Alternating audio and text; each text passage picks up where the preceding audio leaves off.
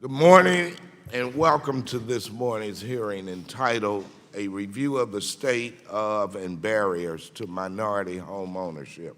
As the chair of the Subcommittee on Housing, I'm honored to mark the anniversary of the congressional passage of the Fair Housing Act during the month of April, which was National Fair Housing Month. It is clear from the evidence in front of us, though, that 51 years later, there is still much work to be done to promote and ensure fair housing in America.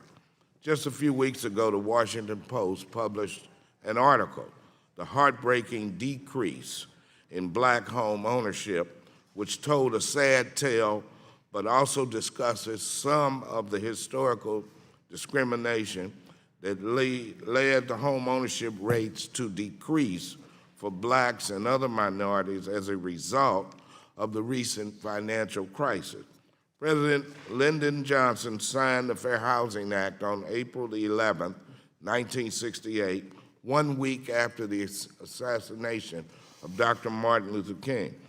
The Fair Housing Act was a monumental step forward for the civil rights movement and pivotal to establishing equal opportunity in housing for all Americans. The discrimination which the act attempted to outlaw did not occur through happenstance.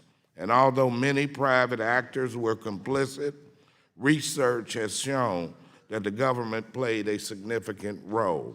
And although it was officially outlawed 50 years ago, as the National Fair Housing Alliance's 2018 report noted, some discriminatory practices are still prevalent. In fact, since 1988, dozens of cases alleging redlining and discrimination by mortgage lenders have resulted in close to $1 billion in compensation to victims of mortgage lending discrimination and for investment in communities. A recent New York Times bestseller by researcher Richard Rothstein provides a very sobering account of how government policy supporting and directing segregation was not accidental, and we should all be alarmed that the home ownership rate for blacks is now 42% and Hispanics 47% compared to 73% for white households. Home ownership has proven to be one of the most consistent paths to attaining wealth in America and narrowing the wealth gap. Closing the racial wealth gap will be an essential path towards countering historic discrimination and predatory lending practices, and would no doubt be a boom for the housing markets. It is also clear that minority borrowers must have access to credit on the same terms and conditions as everyone else. Otherwise, the racial wealth gap will persist. In theory, enhanced fair lending, increased financial intelligence, and the use of creative ways to promote community development will spur the type of development that will help the economy grow and help our community to thrive and not just survive. There's much work to be done, but there are resources available. And I want to acknowledge the housing advocates in St. Louis and to acknowledge the work of the St. Louis Affordable Housing Trust Fund Task Force, which issued a report yesterday that spells out a number of recommendations to address affordable housing. And I will be introducing comprehensive legislation to address some of the problems that still exist. Let me also acknowledge the contributions of my colleagues who have introduced or are working on legislative proposals that will work to improve this dire situation. As chairman of the subcommittee, my mission is to promote pragmatic policy through smart legislation, intelligent collaboration, and sound policy choices to help make that dream a reality again. And I look forward to the witnesses' testimony. At this time, I now recognize the ranking member, Mr. Duffy of Wisconsin.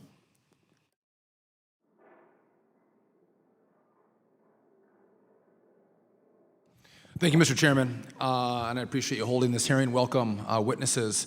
It's hard to imagine that 50 years after passing a myriad of laws aimed at incentivizing low-income and minority home ownership, we find ourselves in a place where African-American ownership is lower than it was when Congress passed the Fair Housing Act. That's not an assault on fair housing, but it's that we have to reevaluate what we're doing and how we can be more effective, I think, to the chairman's point.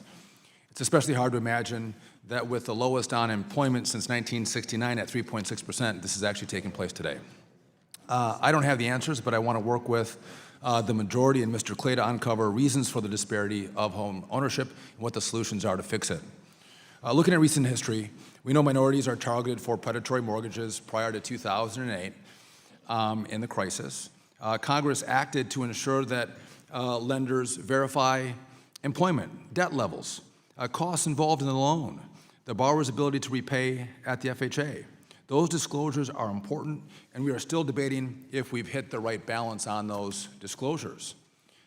I think most people will point to a lack of financial resources for a down payment, poor credit history, lack of understanding of the home buying process, regulatory burdens, and housing discrimination as barriers to home ownership. Sometimes we can find micro-targeted solutions for these issues by allowing the use of alternative data, such as paying your phone bill or paying your medical bills, when lending institutions use credit scores to determine a borrower's risk. The reality is we have an opportunity to address some of the inequities through a more holistic approach to housing finance reform, and one cause of the financial crisis that Congress just hasn't seemed to get its hands around, but I think actually we need to address, again, housing finance. As I held hearings not long ago, and I used to be the chairman, we invited many of the groups to testify at a roundtable where we discussed the barriers to minority home ownership in the context of major housing finance reform. I know we'll hear some of those ideas again today. I do want to use this opportunity to call on the chairwoman of the full committee to take the issue of housing finance reform up and do this in a bipartisan fashion because it's long overdue. Chairwoman Waters started this Congress by calling for a bipartisan working group on flood insurance, and I'm looking forward to participating in that. And I think she can use the same model to tackle housing finance reform and the issues that we're going to talk about today. I, for one, am ready to sit down with Mr. Clay. We have a great working relationship, and others of the subcommittee to work towards a solution that will benefit everyone in this room and all of our communities and all of our districts and all of our states. In today's hearing, we're looking at 4 bills and asking if they will solve some of the problems that you all will be highlighting. If they are legitimate solutions, we should stand with those bills and with those ideas. And if not, we want your feedback on how we can reform these proposals and make them work better and be more effective. While I have some initial opinions on the bills, I'm looking forward to your testimony and your insight and your expertise to guide this Congress on how we should move forward. With that, if I could ask the chair for a point of personal privilege. Proceed. I would like to make a quick note that Clinton Jones has served our committee and this subcommittee for 24 years. I know he doesn't look that old, but we have been blessed to have his expertise. 29 years in the federal government, 2 years at Fannie Mae. I'm not sure how he would speak about the 2 years at Fannie Mae. Maybe he was happy to come back to the committee. But this is his last week. This is his last subcommittee hearing before he goes over to the FHFA. I couldn't say that I have probably a better friend on the committee, someone who gives great insight. And it's fascinating as we go through some of these debates, Mr. Jones. Sometimes he's a radical conservative and a radical socialist leftist. It just depends on what the issue is. And we never know where he's going to stand, but he always shares his opinion. And the loss of to this committee from Clinton leaving will be the benefit of FHFA. And so, Clinton, I just want to say thank you for your service and your friendship, and good luck as you make this transition.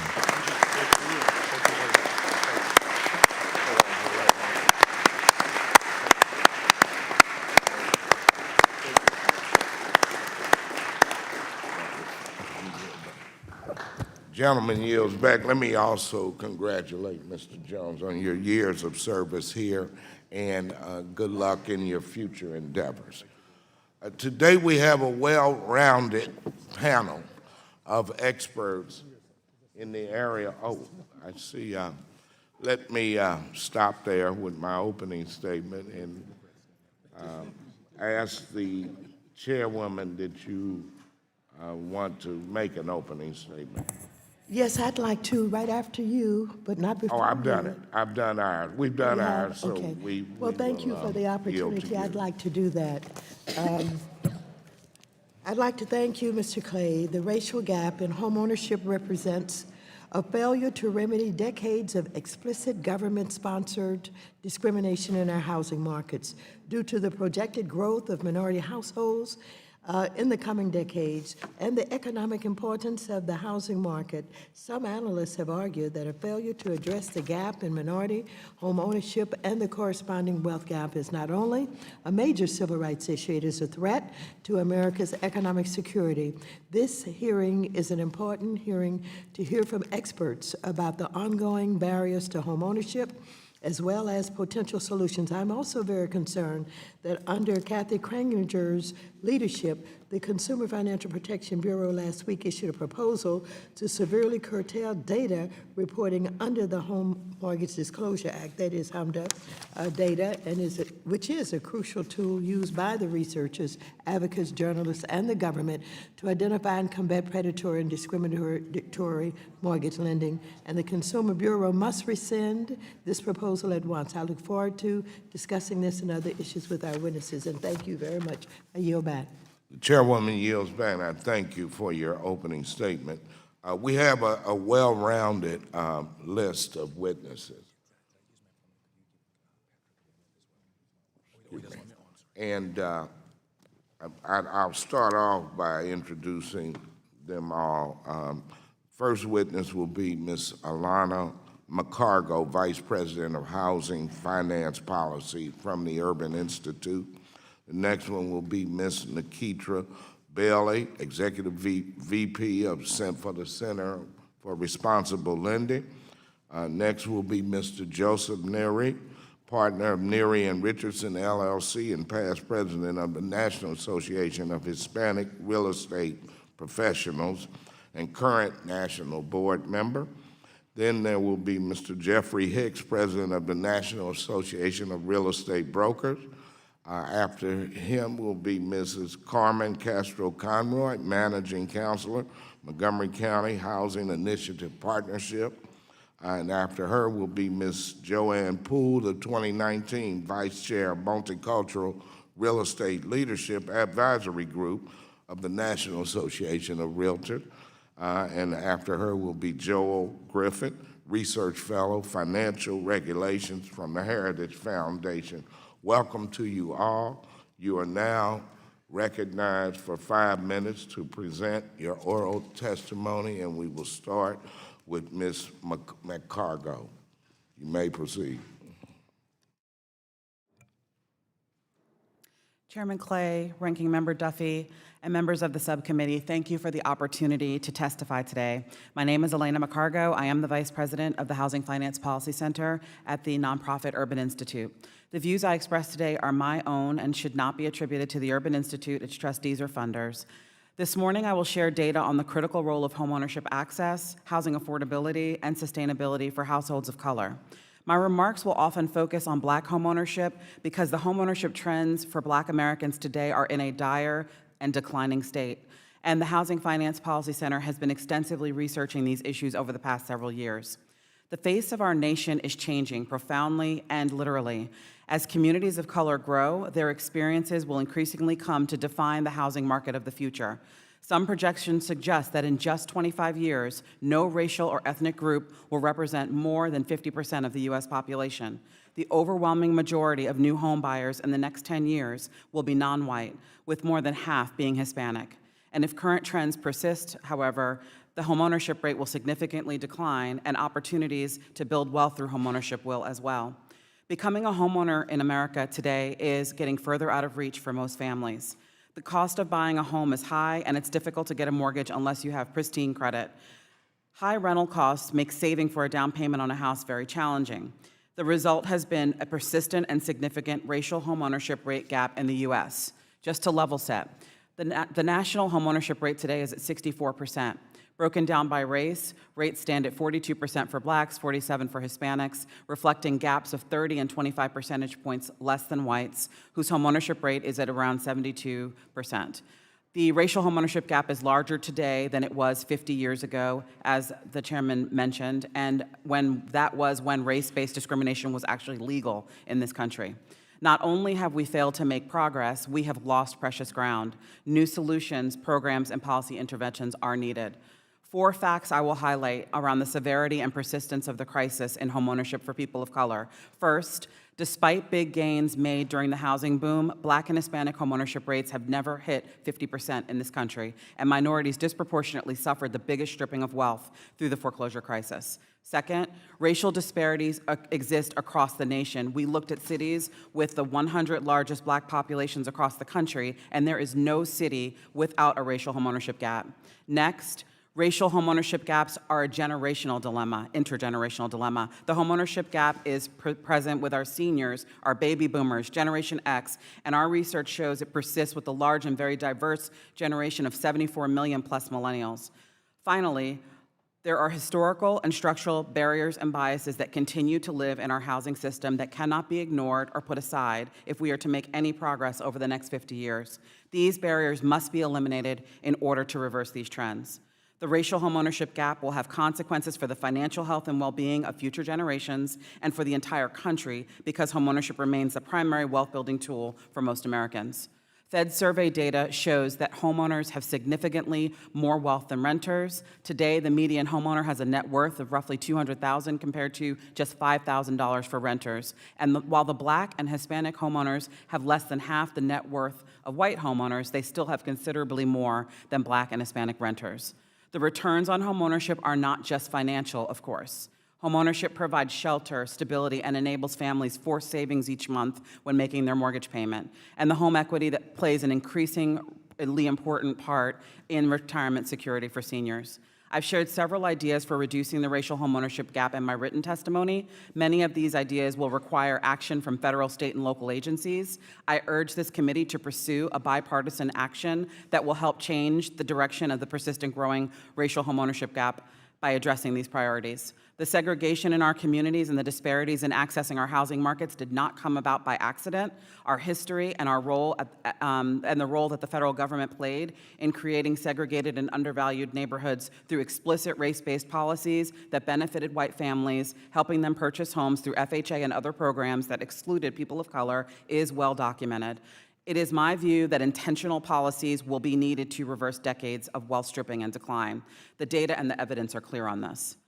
Ensuring an equitable and accessible housing finance system is something Congress can and should undertake with all of the housing agencies. This includes modernizing and bolstering the Federal Housing Administration, particularly its outdated servicing systems, safely expanding access to fairly priced conventional mortgages to borrowers of color through Fannie Mae and Freddie Mac, updating underwriting practices and models to consider modern living arrangements and varying income types, and innovating to make alternative forms of credit available in mortgage decisions to improve access to credit and reduce mortgage application denials. Time has expired. Thank you, Ms. McCargo. And now, Ms. Bailey, you're recognized for 5 minutes. Good morning, Chairwoman Waters, Ranking Member McHenry, Chairman Clay, and Ranking Member Duffy. Thank you for the opportunity to testify in today's hearing on barriers to homeownership for families of color. 400 years after the enslaved Africans arrived in Jamestown, Virginia, and hard-fought battles won, granting citizenship and equal protection to African Americans, homeownership remains the driver of inequality. Our nation's housing finance system was built with discrimination as the cornerstone. The mortgage ecosystem favored whites and set them up for success while curtailing opportunity for families of color. Today's racial wealth gap is the outcome of this discrimination. White families have 13 times the wealth of African Americans and 10 times the wealth of Latino families. The white homeownership rate is 73% compared to 41% for African Americans and 47% for Latinos. These stubborn and persistent figures will only disappear when we stop underwriting practices that falsely equate race with risk. This hearing can be a catalyst for change, a step towards addressing the federal government's role in lender discrimination that produced winners and losers among American citizens in the pursuit of the American dream. I am Executive Vice President of the Center for Responsible Lending, an affiliate of Self-Help. one of the nation's largest community economic development lenders based in North Carolina. Self-Help has provided over $7 billion in financing to borrowers all across the nation, including in the secondary market program that has helped low to moderate income families of color succeed in homeownership. President Johnson signed the Fair Housing Act in 1968 following the assassination of Dr. Martin Luther King Jr., stating that he was delivering on the promise of a century, referencing Lincoln's emancipation. In 1866, Congress passed the Civil Rights Act that promised fair lending. It was limited by a private right of action and manifested enforcement and discrimination for 102 years. Race remains an impediment to fair lending. Today, African Americans have the same rates of homeownership as they did in 1968. Home Mortgage Disclosure Act data consistently show low levels of lending by conventional lenders to communities of color, with only 3.1% of conventional loans going to African Americans and 5.8% to Latinos in comparison to 70.2% to white families in 2016. Discriminatory lending, redlining birth predatory lending. Predatory lenders target families of color with high cost and risky mortgages. CRO's research found that consumers of color were steered towards these unsustainable loans even when they qualified for loans with lower costs and fewer risks. The spillover costs for Black and Latino families totaled $1 trillion. Today's mortgage market delivers as designed. Conventional loans are for whites only. Families of color, including upper-income Latinos and African Americans, are disproportionately represented in the FHA.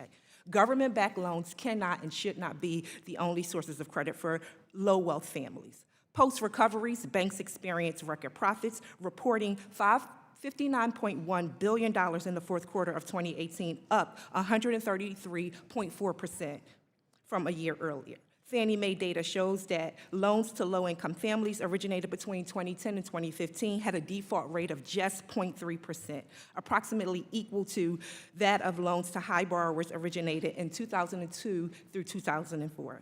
Rather than remediate the damage done by abusive subprime lending, excessive risk-based pricing dominates in today's mortgage market, driving out the very borrowers that a future system depends. Harvard's Joint Center tells us that 7 out of 10 future borrowers will be families of color.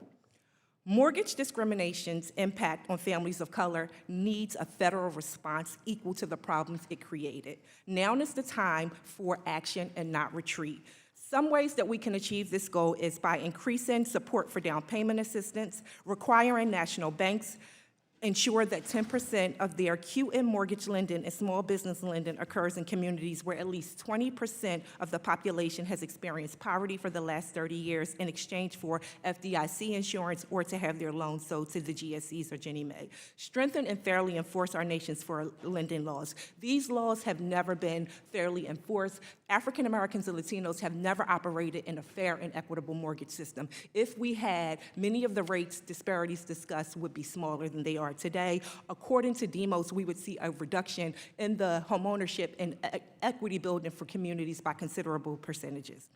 Whites have better life outcomes in wealth accumulation, housing, education, employment, and health. Our nation's lending system contributed to these inequities. Remediating the federal government's role will level the playing field, creating more equity of opportunity so that all Americans can share in its prosperity. Thank you. I look forward to answering your questions. Thank you for your testimony, and Mr. Neary, you're recognized for 5 minutes.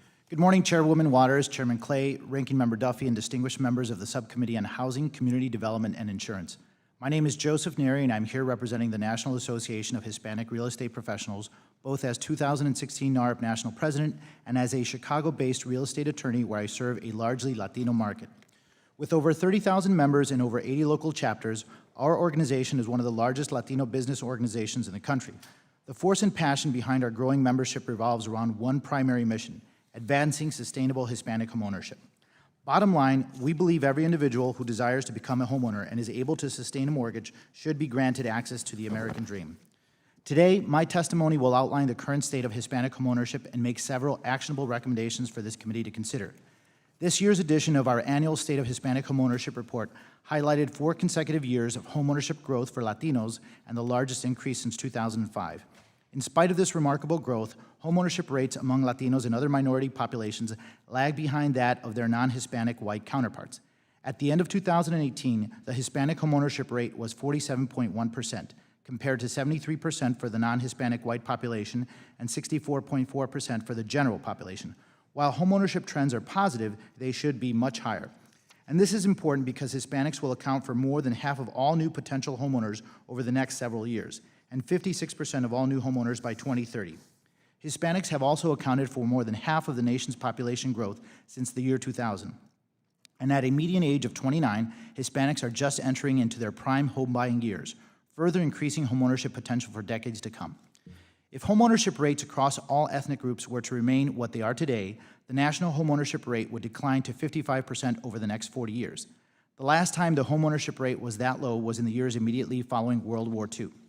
So that brings us to the unique challenges credit-worthy Latinos face in today's market. A young couple I assisted in buying their first home are a prime example of the Hispanic homebuyer of today. Jose and Laura own a small gardening business, while Laura occasionally caters at events. Laura's mother and sister live with them, both of whom contribute to the monthly mortgage payments. Yet it took 6 months for this household to be able to gain access to a reasonable loan. Much like my clients, potential Hispanic homeowners are more likely to be self-employed or involved in the gig economy, live in multi-generational households, and tend to use cash over credit. Given these characteristics, coupled with today's regulatory constraints, lenders consistently fail to accurately assess the credit risk of many otherwise credit-worthy Hispanic borrowers. To that end, NARP offers these actionable federal policy solutions. First, we must temporarily extend the GSE QM patch until it is replaced with a workable solution. Communities of color would be disproportionately impacted if the GSE QM patch were to expire, given that Hispanics are 38% more likely to have a high DTI loan. As data is still being developed to support alternatives and replacements for the patch, the Hispanic community is poised to be negatively impacted without clear solutions for non-W-2 borrowers, particularly for the growing number of Latino small business owners. Second, Congress must prioritize efforts to fund FHA's much-needed modernization. No federal housing finance reforms should be devoid of a plan for how to do so. Today, Hispanics are more than twice as likely to make use of the FHA programs than non-Hispanics, yet the agency is understaffed, underfunded, and operating with severely outdated technology and computer systems. Third, we must put a halt to the practice of denying taxpayer-supported loans to tax-paying DACA recipients. We support today's Homeownership for Dreamers Act legislation and joined its co-sponsors in their call to clarify that eligibility of a government-sponsored mortgages may not be conditioned on the status of a consumer being a DACA recipient. We must ensure that FHA and other federal housing agencies do not get ahead of the judiciary to decide immigration law. Fourth, we urge the Subcommittee on Diversity and Inclusion to take on the issue of diversifying the mortgage industry at all levels. A diverse lending community stimulates homeownership rates for minority borrowers. And finally, we would be remiss if we did not mention the need to increase the inventory of affordable owner-occupied housing, quite possibly the biggest short-term barrier to minority homeownership today. While we are proud to see a resilient Latino population consistently increasing its rate of homeownership, this progress is in spite of the structural barriers to homeownership. Today, more than ever, broad access to affordable credit, low down payment mortgage products, and sufficient affordable housing stock will be imperative to ensuring the long-term prosperity of the nation.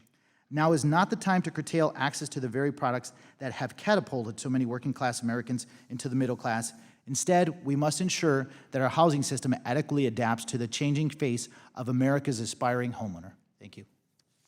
Thank you, Mr. Neary. Mr. Hicks, you're recognized for 5 minutes.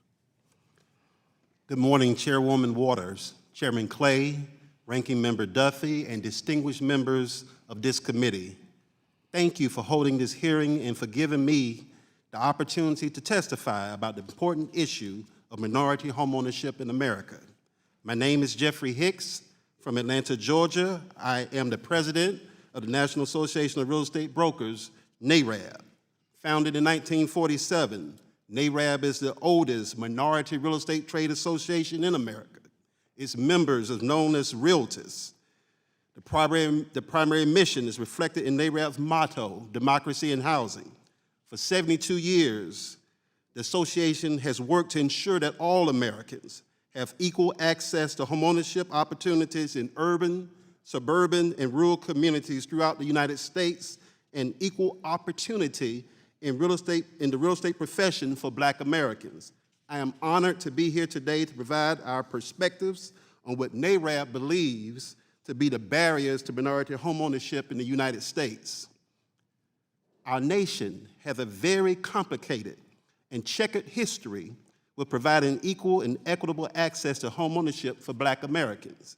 At the end of World War II, when Black Americans sacrificed their lives for the cause of freedom, dignity, and human rights, the United States federal government created an economic divide between Blacks and white veterans, and their families were denied the multi-generational enriching impact of homeownership and economic security that the GI Bill conferred on the majority of white veterans, their children, and their grandchildren. Unequal implementation of the GI Bill, along with federal government policies and practices at the Federal Housing Administration, including the redlining of Black neighborhoods, but at the same time financing the construction of suburbs restricted to whites only, and providing subsidized mortgages, financing for whites only, set the stage for today's wealth and homeownership gap statistics. It is against this backdrop that I give my testimony. Annually, NARAB publishes the State of Housing in Black America report. The 2018 edition examined the need for federal policies to address and bolster the rate of Black American homeownership, since previous federal policies discriminated against Blacks, which helped to create a disparity in Black American homeownership which lags a whopping 32.1% behind that of white Americans.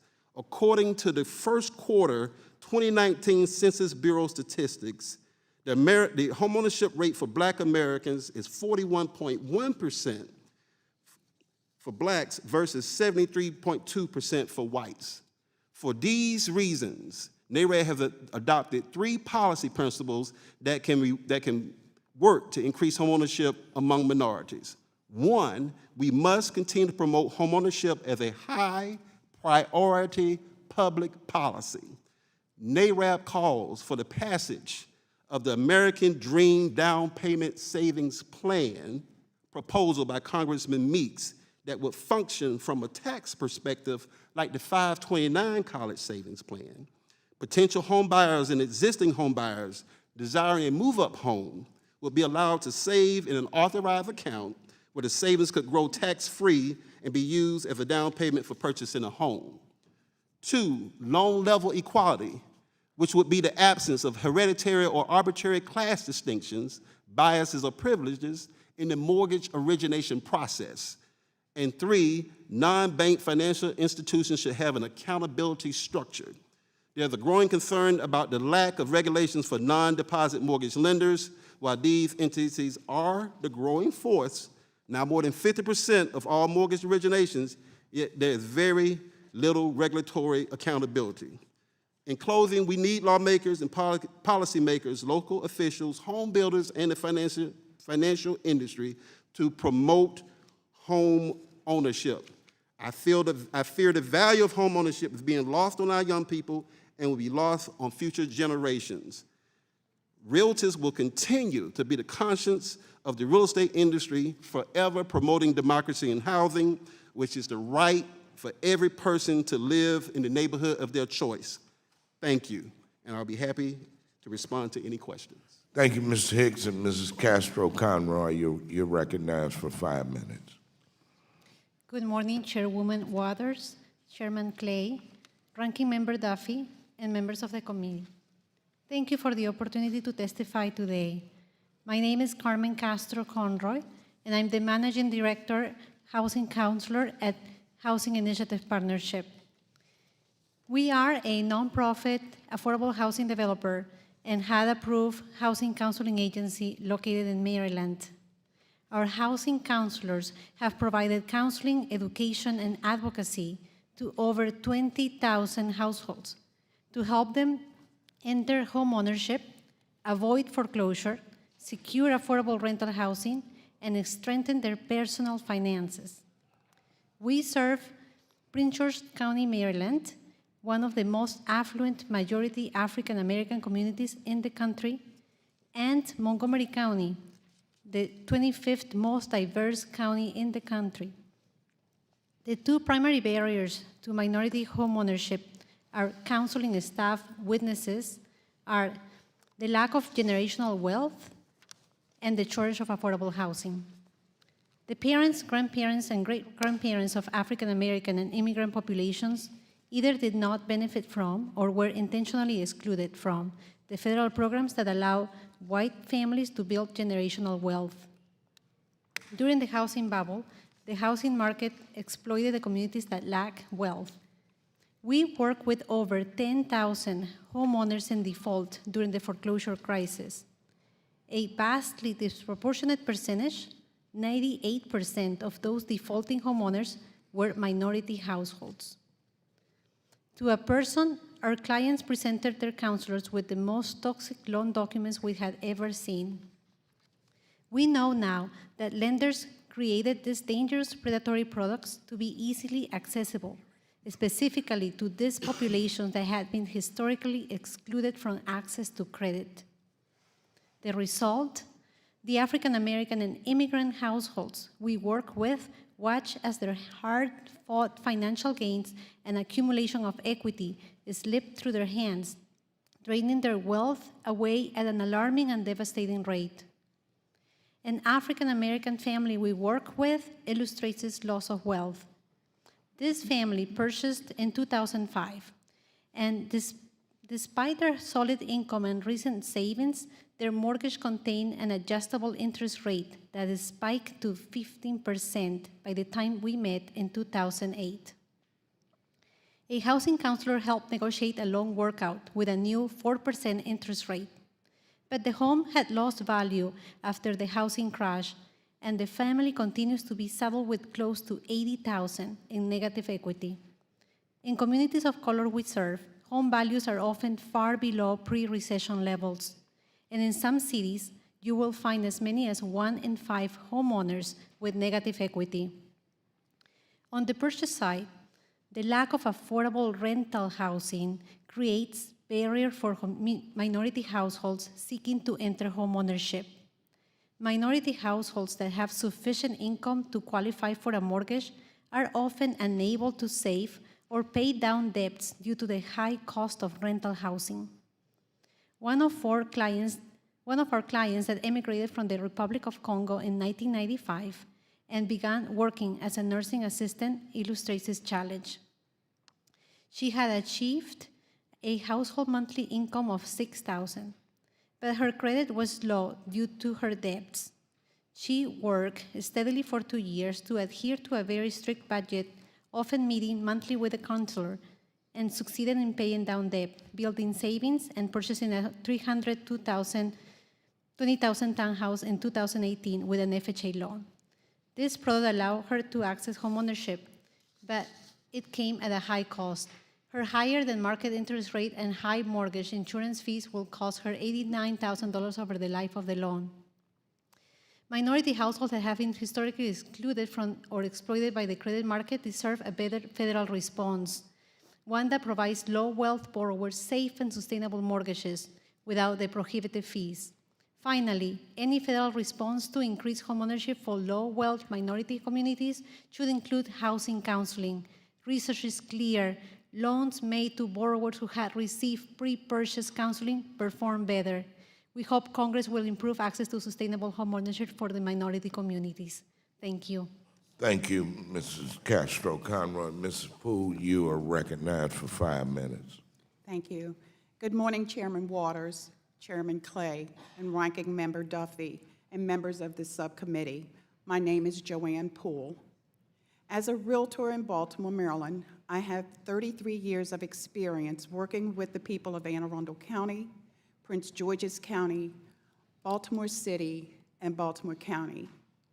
I have been an active member of the National Association of Realtors for over 20 years, serving as its vice president, chair of the Federal Housing Policy Committee, and currently as the 2020 chair of the Realtors Multicultural Real Estate Leadership Advisory Group. On behalf of NAR's 1.3 million members, I want to thank you for the opportunity to present our association's concerns surrounding the state of and the barriers to minority homeownership in the United States. In addition to my work with NAR, I am also a member of the National Association of Real Estate Brokers. I am proud to sit here today with President Jeffrey Hicks.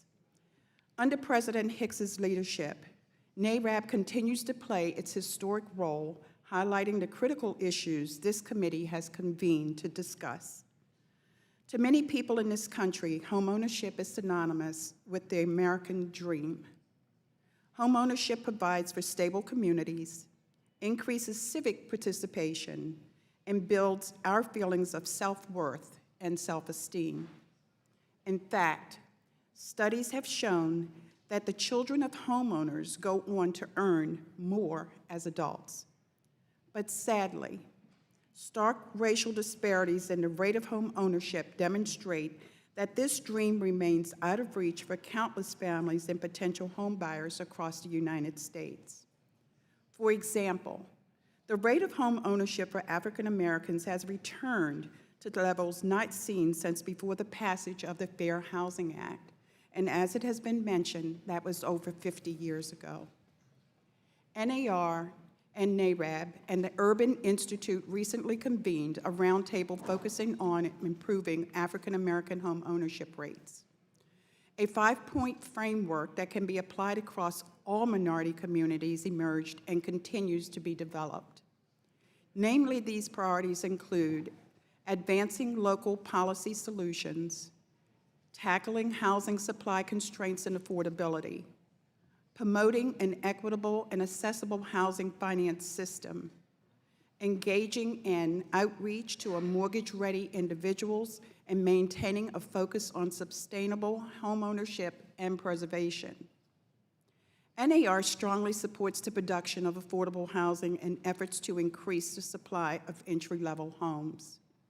We encourage states and municipalities to consider the input of local experts and to adopt zoning laws, building codes, and other policies that encourage free market production of affordable housing units. If America is to remain a nation of homeowners, we must address the persistent barriers that minorities continue to face. NAR's policy solutions and proposals for this national issue are outlined in more detail in the official testimony submitted to this committee. I want to thank you again for the opportunity to address this committee, and I look forward to addressing these critical issues at today's hearing and in the months and the years to come. Thank you. Thank you, Ms. Poole, for your testimony. And now we go to Mr. Griffin. You're recognized for 5 minutes. Good morning, Chairwoman Waters, Chairman Clay, Ranking Member Duffy, and members of the subcommittee. Thank you for the opportunity to testify this morning. My name is Joel Griffith. I am a research fellow at the Heritage Foundation. The views I express in this testimony are my own and should not be construed as representing the official position of the Heritage Foundation. Efforts to expand homeownership through government programs or policies are often well-intentioned. But as you all know, good intentions are an insufficient basis for public policy.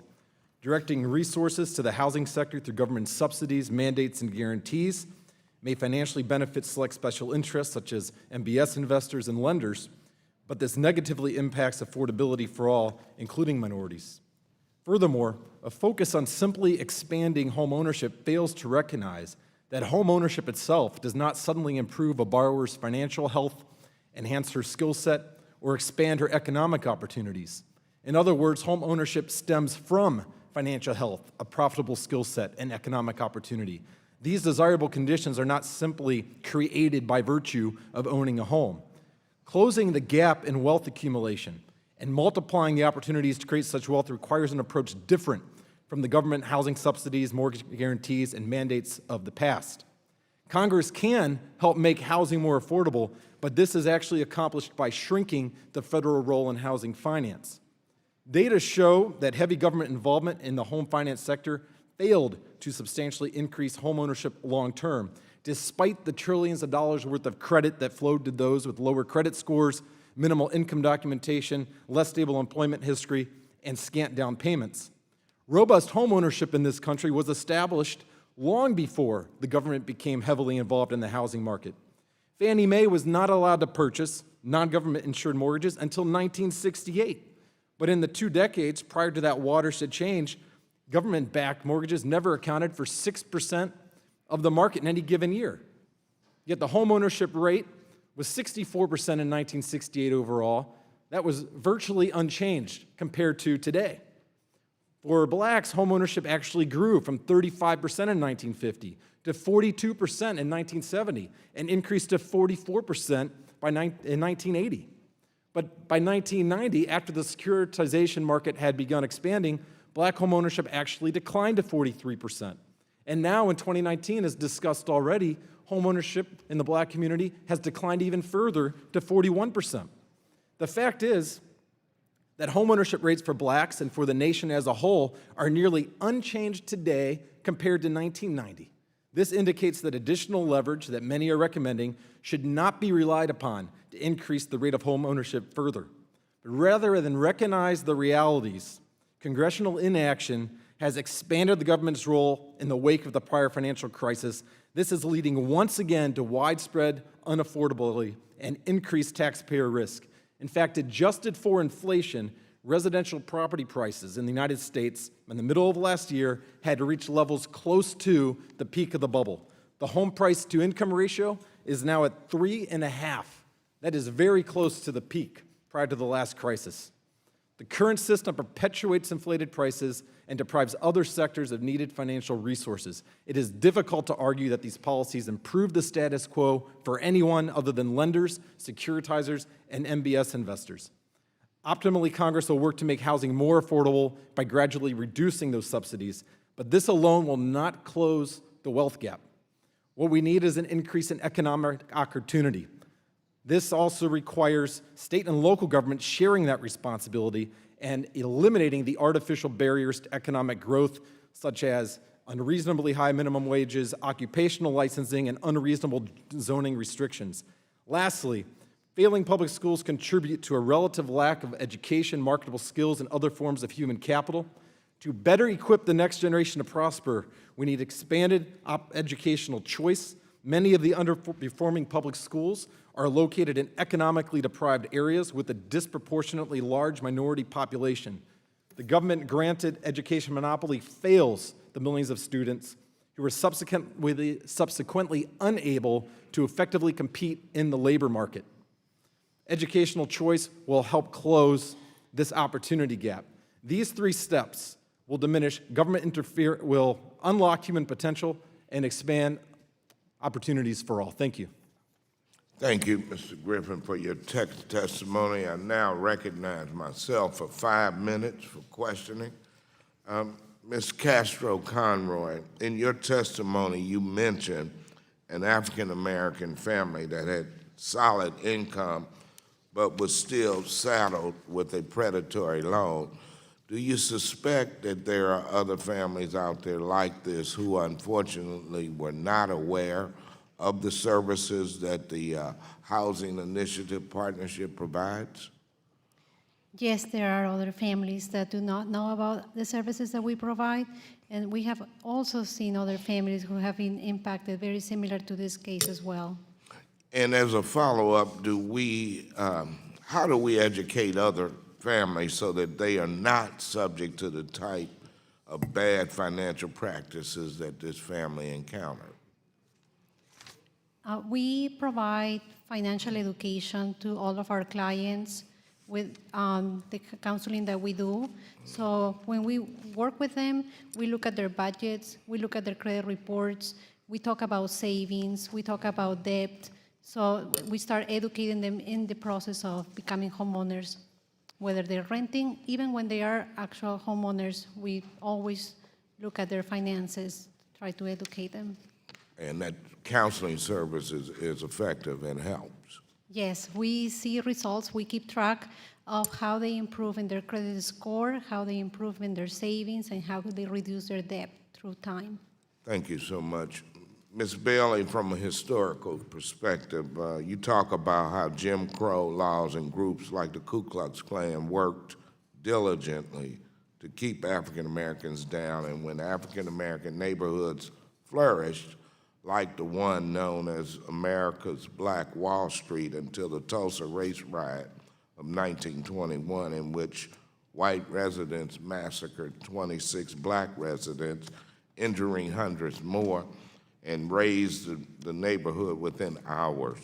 The riot was one of the most devastating massacres in the history of U.S. race relations, destroying the once thriving Greenwood community. Could you discuss how devastating this was, not just to the black community in Oklahoma, but how it had a chilling effect on black success and wealth?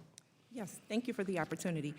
Many African Americans were making an effort to pursue opportunity across the country in the same way that white American families did. 30% of white American family wealth can be contributed to them getting access to land grants from the Homestead Act.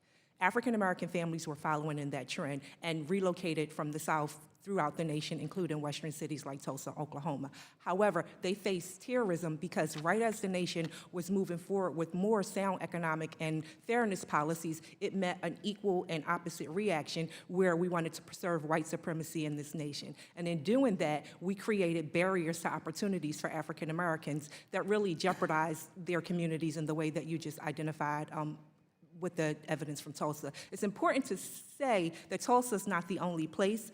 There's also evidence that this happened in places like Rosewood, Florida, and in other communities across the country. So we really need to get at the real hardship that families of color face. Yet people who were really pulling themselves up by their bootstraps, doing everything right in a nation that promised opportunity. We had all of these fair lending laws that promised opportunity, and that opportunity was resisted by white Americans who wanted them to remain as second-class citizens. And you cite some notable historic examples. Ms. McCargo, you cited a paper by your colleague, Laurie Goodman, which concluded that homeownership is still one of the better paths towards accumulating wealth. And when you think about it, if a family saves for a home, their spending behavior changes, usually for the better.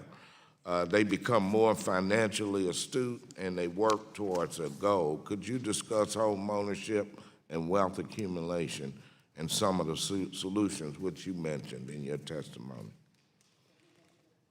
Thank you for the question, Mr. Chairman. Undoubtedly, homeownership has provided a wealth-building opportunity for families for generations. It is noteworthy that we talk about the homeownership rate nationally at 64%. It's been for over 30 years over 70% for white households, and the accumulation of wealth during that same time has been significant. And I think it's important to recognize the significant opportunity, forced savings, and essentially paying into something that you will ultimately own, as well as the intergenerational implications of that wealth transfer opportunity for families. That is something that has been afforded for decades to white families, and I think it's really important as a foundation for us to think about the important how disproportionately wealth is built in Black and Hispanic communities through home equity, and that opportunity needs to be made more available and readily available. Thank you so much for your response. Yes. And the gentleman from Wisconsin, Mr. Duffy, is recognized for 5 minutes. Thank you, Mr. Chairman. Listen, I want to thank the panel for the insightful conversation and good insight you've provided to the committee. It's troubling the disparity that we're talking about today in home ownership, and actually the disparity in wages. And I think it brings us to the point that Mr. Griffin was mentioning, making sure that and this is not this. I don't think there's any one solution here. I think it's pretty clear that, as Mr. Jones just mentioned, it's a salad bowl of ideas that we're going to have to look at.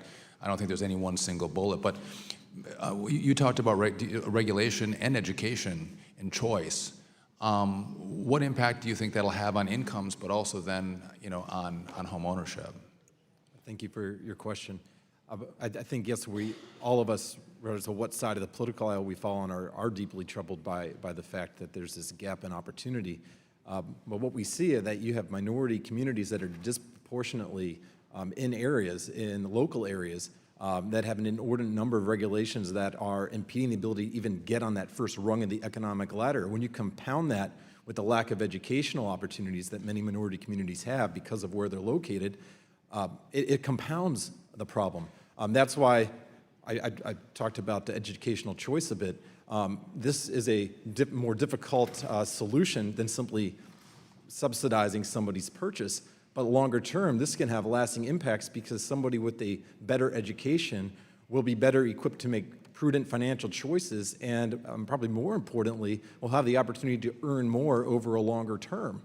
And I know this is not an education hearing, and this is not the full solution, but I do think you're right. When you can look at the success of a young child based on their zip code because of the quality of their school, not giving kids an equal opportunity for economic success because we keep them in failing schools is a problem, and that we wouldn't give families, parents, and children a choice to go to a better school.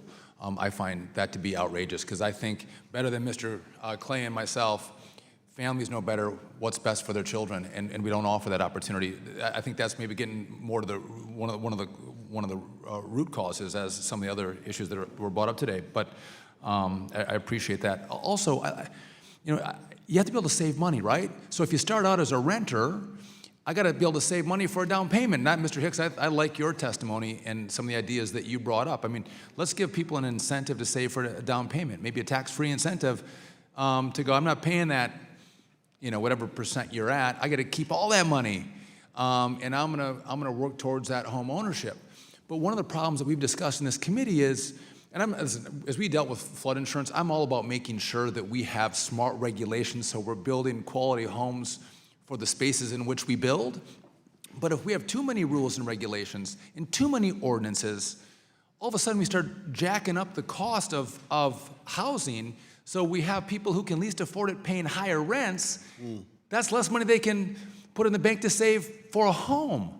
And I think we have to get it's a holistic approach that's gonna put people in a better situation to take that leap, because I agree with everyone on the panel. Home ownership does help you create wealth and helps you buy into a community, and I think it's better for families. And if we have policies that don't incentivize that, that's a problem here. But also, and we've talked about this since the 2008 crisis, I don't want to see people buy homes that they can't afford, because we've heard countless witnesses testify that if you're foreclosed upon, how far that sets your family back, and just the personal anguish that a foreclosure does to a family.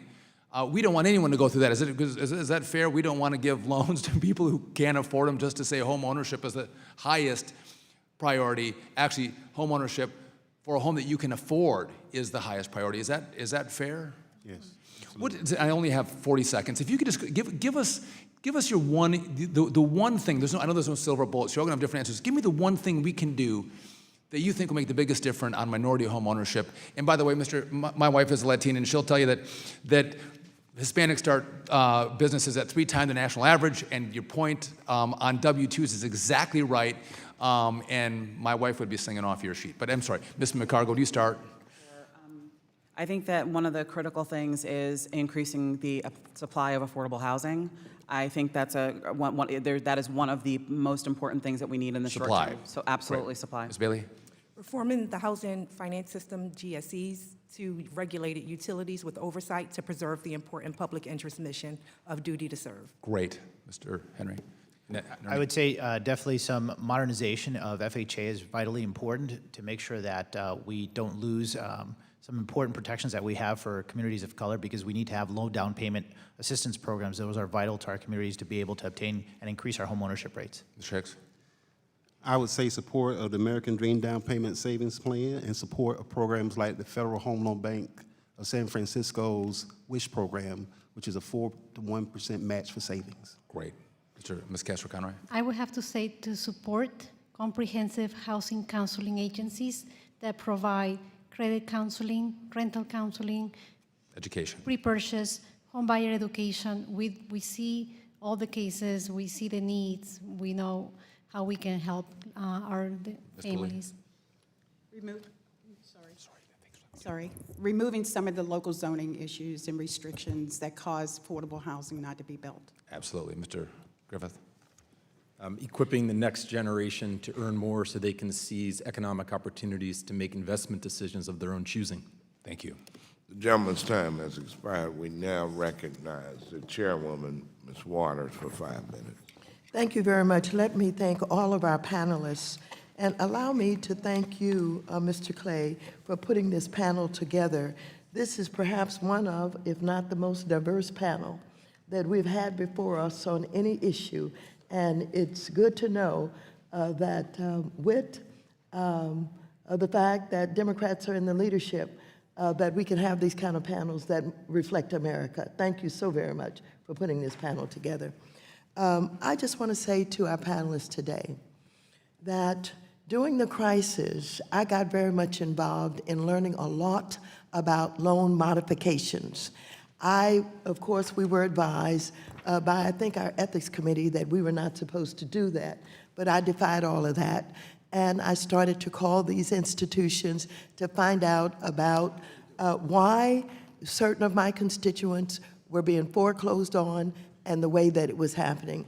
Now, in doing all of this, I learned a lot about what has evolved and what is being utilized in the banking community in different ways that they operate. For example, and I want to just give you a few of the things that I'd like to see us scrub all of the practices and laws that are employed by the banks, many of which we take for granted.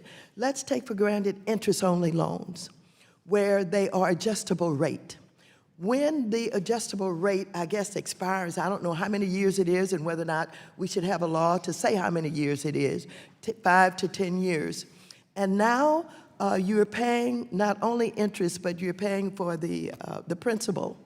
And on that adjustable rate, the interest rate is going to increase. And so now what you have is a homeowner who is paying interest only, and based on their income and all of that, they got into it because they thought this was a good way to do it. But now we're paying the principal and the interest, and because of adjustable rate, they're paying high interest rates. They can't afford the loan anymore, and they're foreclosed on. The other thing that I noticed was too many of the banks were saying, we won't even entertain a loan modification unless you have missed at least 2 payments.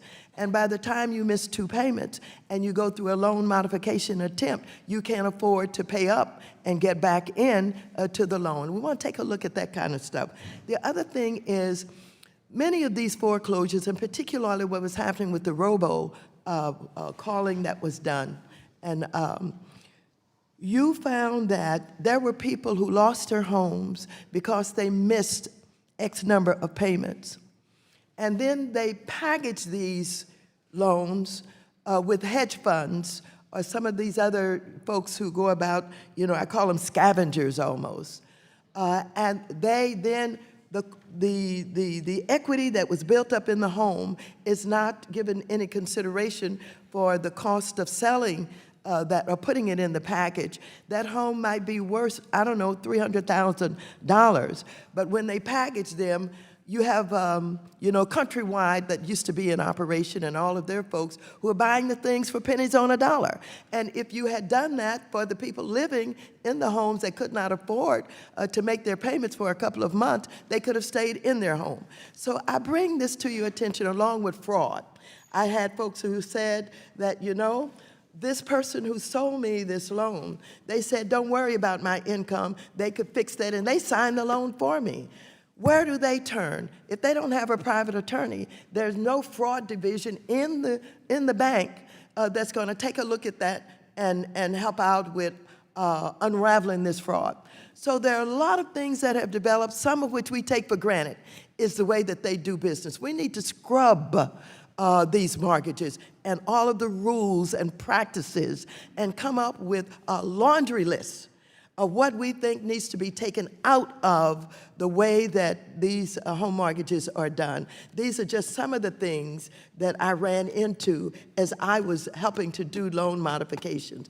And so I would like to ask all of you who are experts, Ms. Bailey, all of you, to begin to take a look at all of the practices. Let's not assume that just because they do it, it is right to do. Let us begin to think about what just is not right and what absolutely operates against the homeowner's ability to stay in that home, and see if we can't get rid of some of the practices and laws that operate. Thank you so very much. And that's not a question as much as it is a plea to you, because you know this stuff. And let's scrub them and find out what we can eliminate. Thank you so much. I yield back. Thank you. I thank the chairwoman for her comments. And now we will recognize Mr. Lukemeyer from Missouri for 5 minutes. Thank you, Mr. Chairman. And first, I'd like to recognize my good friend, Mr. Clinton Jones. I was the chairman of the Housing and Insurance Committee for a couple of years and got to know Clinton very well. He's a fantastic individual, wonderful staff person. I just wish him the very, very best in his new endeavor. I know he'll be very successful, and I'm just thankful this opportunity came his way and he's able to take advantage of. So again, all my best to you, Clinton. With regards to what we're doing here today, we're looking at barriers to minority home ownership. And a couple weeks ago, we had a hearing that talked about regulations being like 34% of the cost of a home. And today, a number of you have talked about adequate and affordable housing finance system. And what I want to do is talk about a regulation that is in that I believe is causing, or could cause, the housing financial system to be less hurt people to be able to afford a home because of the increased cost. And it's called CECL. How many of you have heard of CECL already? One? Okay. Okay, well, let's educate. CECL is proposed by FASB, Federal Accounting Standards Boards.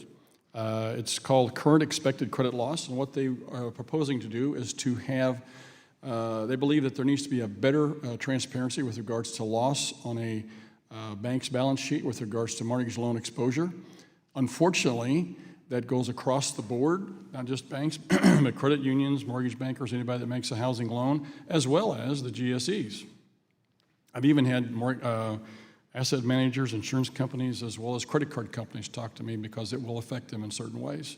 Last week, we even had one of the bankers here talk about there's going to be $6 to $10 billion of additional reserves we're going to put because of credit card exposure.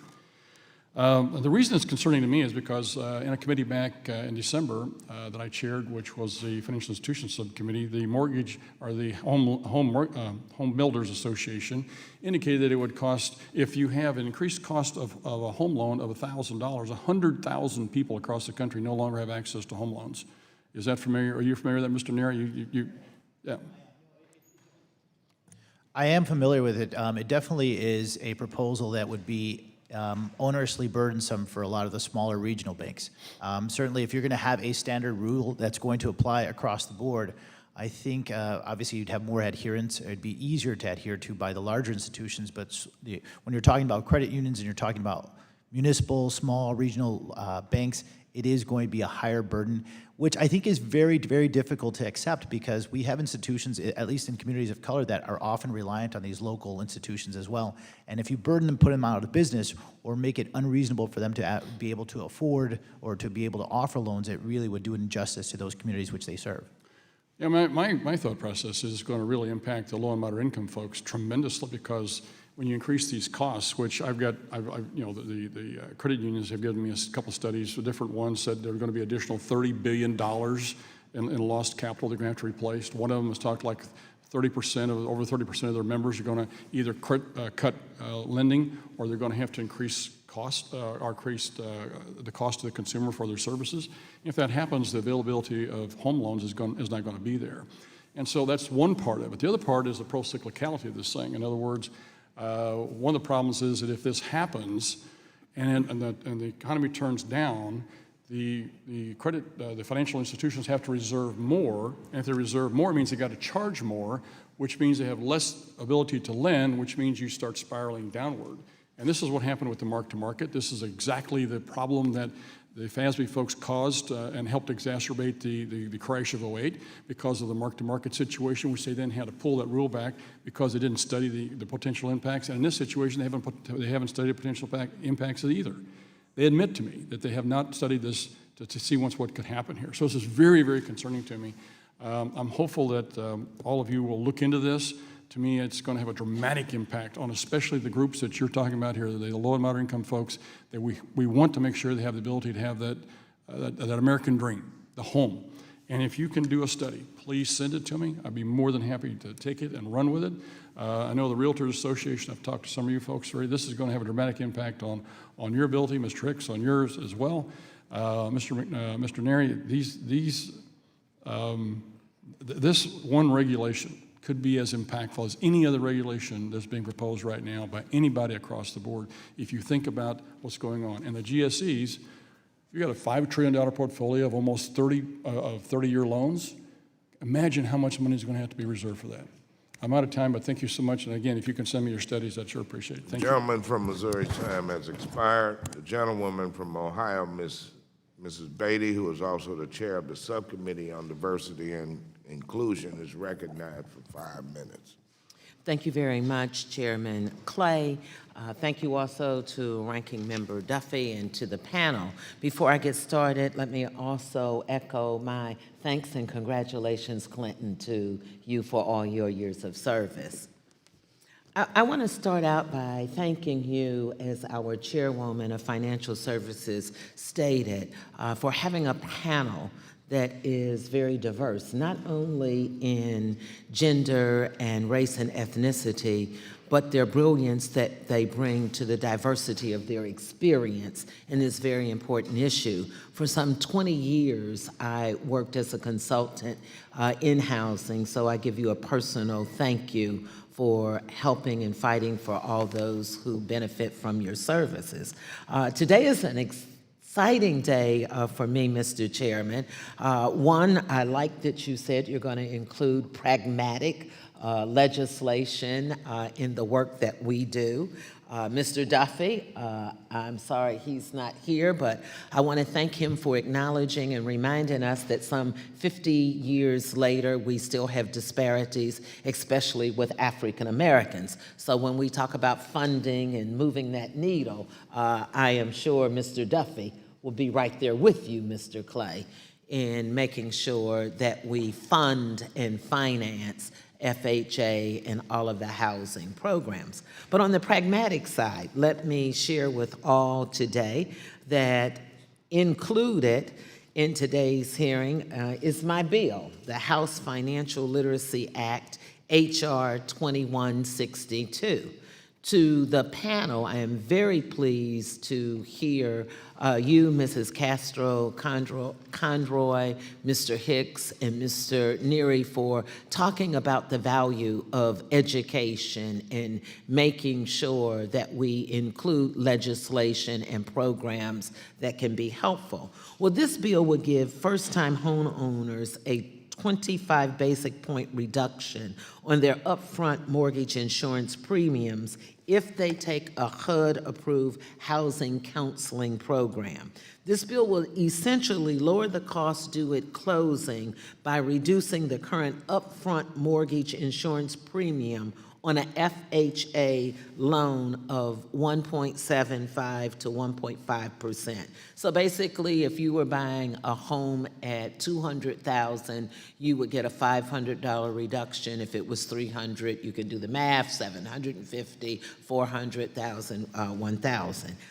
And here's what's so important about this, and many of you have talked about first-time home owners who purchase a home. If they have the counseling classes, if they have the support system, they are 1/3 less likely to default on their mortgages, which in the case of FHA leads to cost savings for the mutual mortgage insurance program. Also, I think it's important to note that FHA's 2016 annual report to Congress found that in 2015, FHA was used for 47% of homes purchased by African Americans and 49% of purchases by Hispanic households. It also found that 82.1% of FHA purchase loans were for first-time home buyers.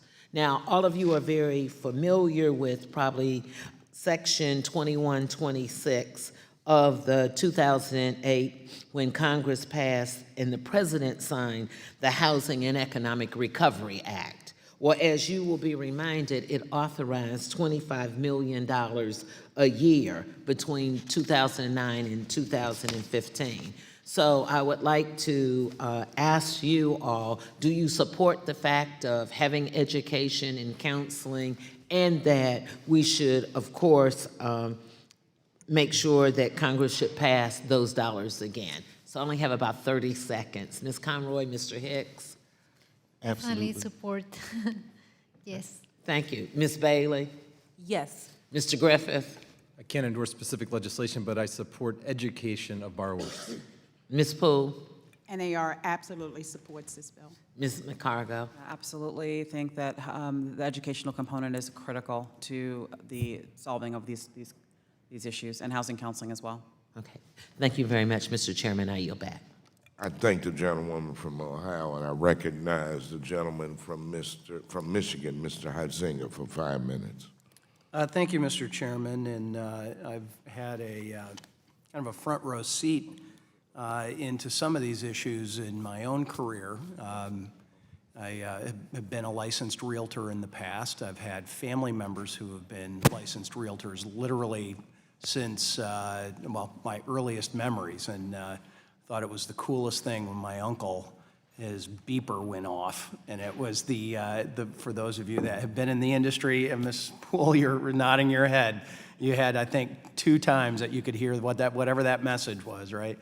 But it has been a problem, as has been pointed out by many of you, some of the inequities that have existed in housing. And I know, again, from being a licensed realtor and from having a family involved in construction, there are a number of barriers that have been in place, and Mr. Hicks and some of the others had noted some of those formal barriers and certainly historic barriers that we in a modern society look at and say completely unacceptable. Mr. Hicks, though, you on page 3 of your testimony, I just want to kind of give you an opportunity to be a little more specific here, and I know on you then continue on with some policy recommendations. And I'm going to quote you here: housing experts such as scholar Richard Rothstein find that segregated neighborhoods are not an accident, but the result of laws and policies passed by local, state, and federal governments that promote segregation and discriminatory practices.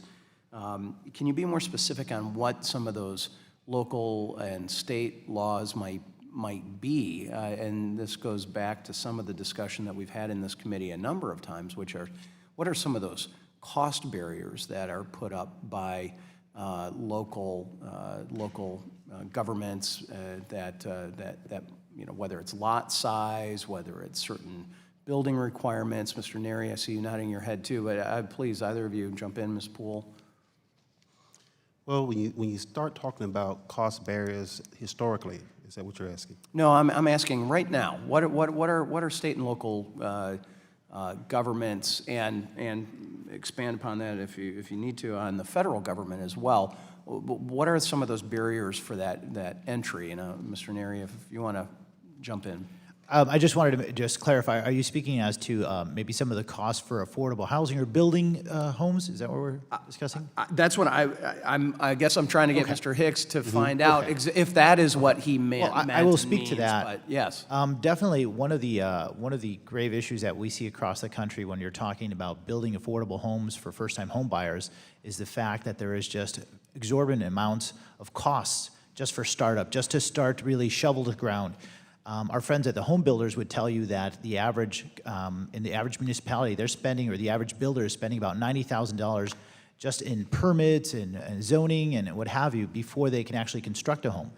Then if you add on top of that $120,000, let's say, to actually build a property, you're talking an upfront cost of $220,000, $230,000. So you're probably going to have to sell in the $300,000 to $400,000 range. that would not constitute a first-time home buyer option, right? That's not going to be for somebody at an entry level. It's going to be most likely a move-up buyer. But again, those are just cost-prohibitive measures that exist across the country. So we really need to have some federal legislation that can work with a lot of the local municipalities to ensure that we can reduce some of that red tape, that we can reduce some of those zoning costs and building costs. How does the federal government do that, though? You know, I think it really would be a question of putting together some sort of a body that would govern some of these zoning regulations that, I think there would have to be We uniformity. may have some 10th Amendment issues Right, in right. that. Sure, But sure.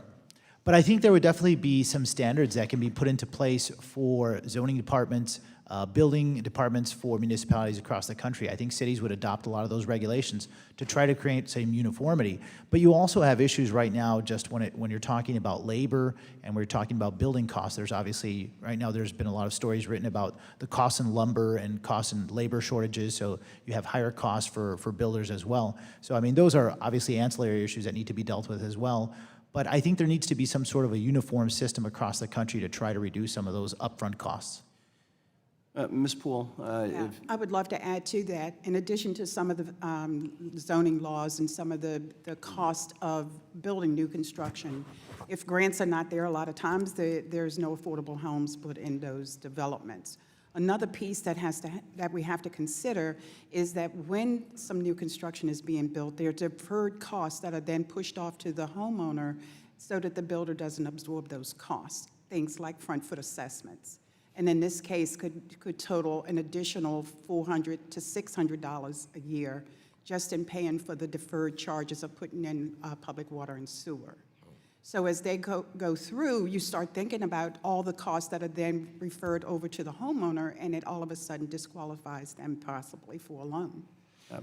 my time has expired. I'm not, I'm in the process of building new construction. I hear Mr. Neary.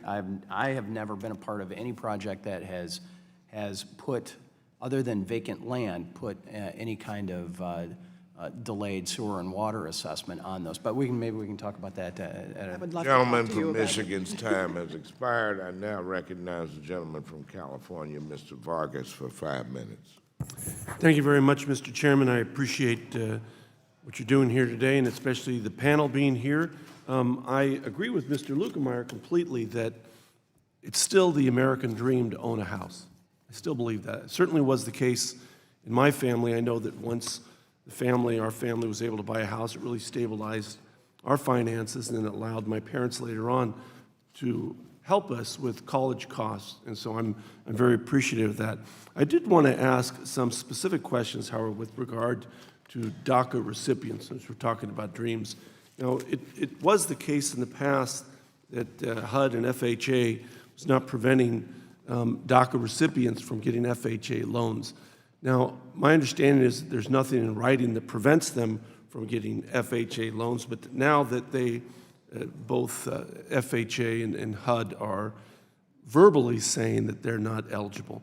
Who would like to comment on that if they know the information? Ms. Bailey, it sounds like you have some information. Go ahead, please. Yes, thank you so much for the opportunity. We think that the practice has a very chilling effect on potential homeowners for an important subset of our nation's citizens and residents. And we think that it's important for HUD to really clarify its position and ensure that DACA recipients are eligible for FHA loans without legislation. Mr. Neary, yes, sir. I would echo Mrs. Bailey's thoughts. DACA recipients really under FHA guidelines, when you're looking at them, the whole issue is legal status. And from NARB's perspective, it really is inappropriate for a government agency to be setting up immigration legislation. That really, in my statement, I mentioned that really is something for the judiciary to decide, as opposed to have a body such as FHA really dictate that.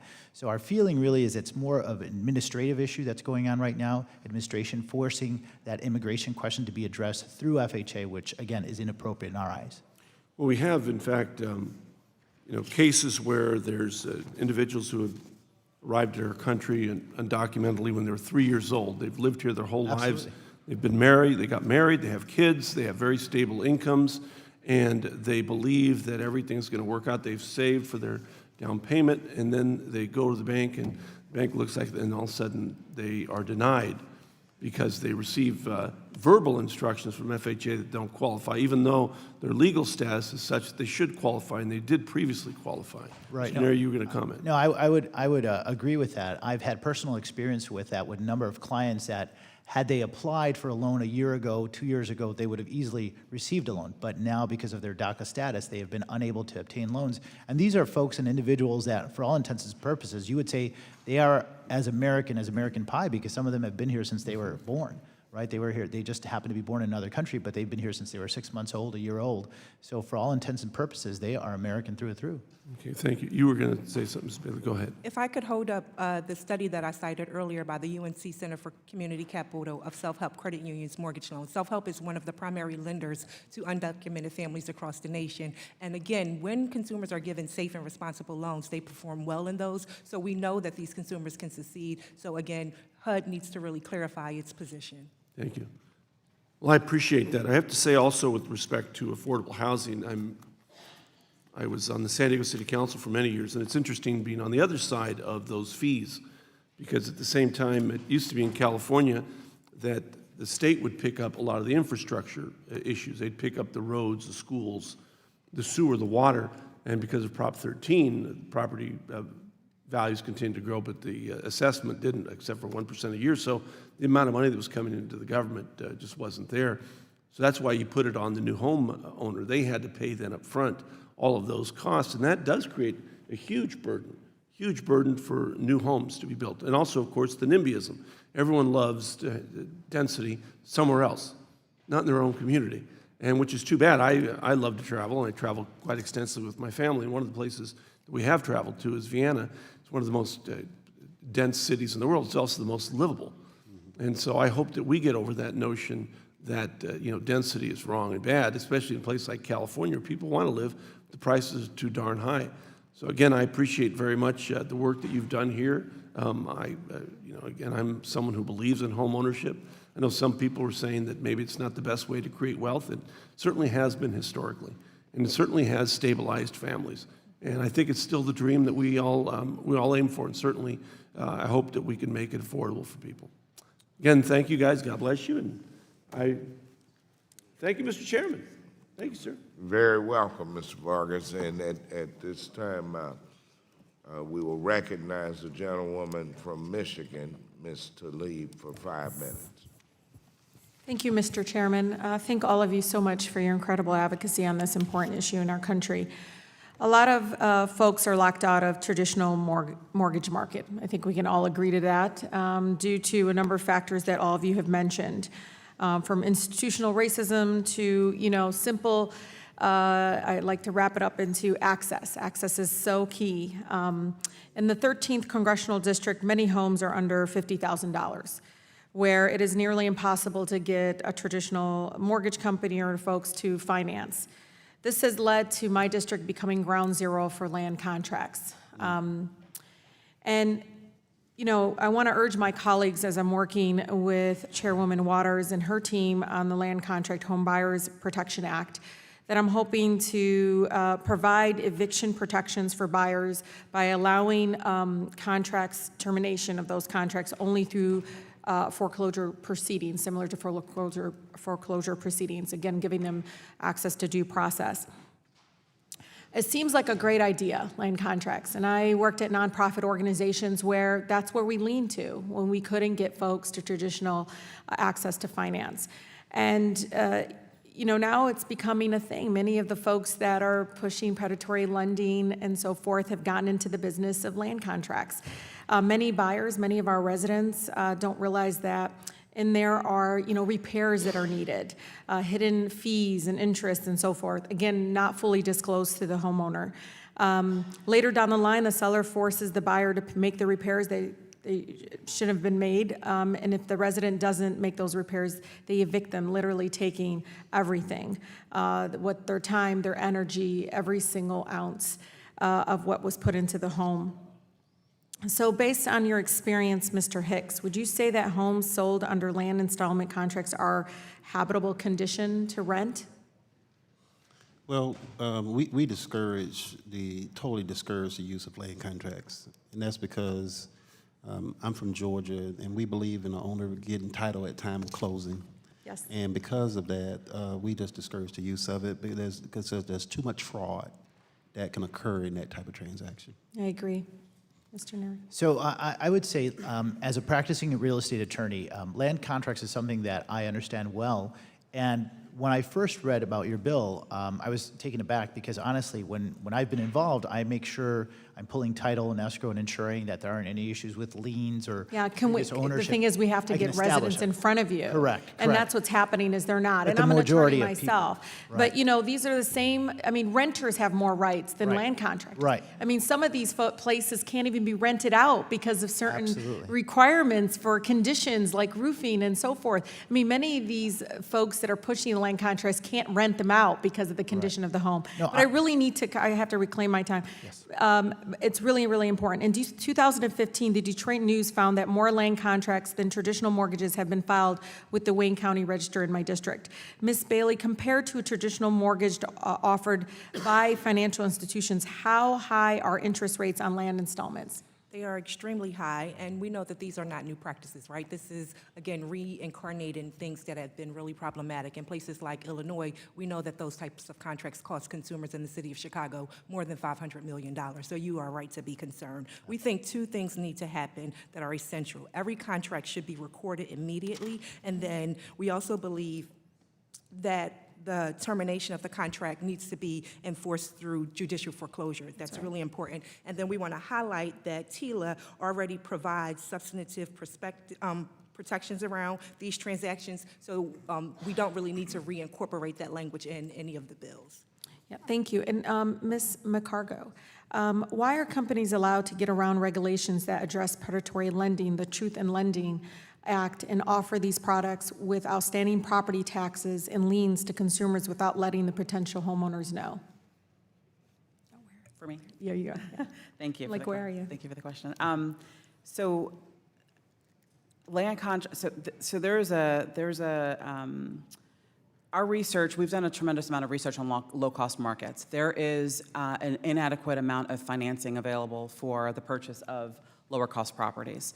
And so we've looked at small dollar access to lending, and I think that I think the workarounds in terms of, I shouldn't call them workarounds, the issues that you're describing are pervasive, predatory, and essentially inadequate. And I think it's an issue that we need to spend more time on in terms of how to deal with land contracts. But I do think that the mortgage system, the finance system, in supporting properties in lower cost markets needs a tremendous amount of modernization, small dollar lending, and the ability to actually finance anything that's frankly under $80,000 in communities like yours and many others around the country are completely insufficient and inadequate, and that there's an opportunity to look at how we can propel and advance small dollar financing for more safe, consumer-friendly products to allow for affordable home buying at the lower end of the market. Yeah, thank you. And Chairman, just really quickly, Chairman Clay, I'd like to submit a statement by the National Consumer Law Center that outlines the racist history of land contracts that I couldn't get a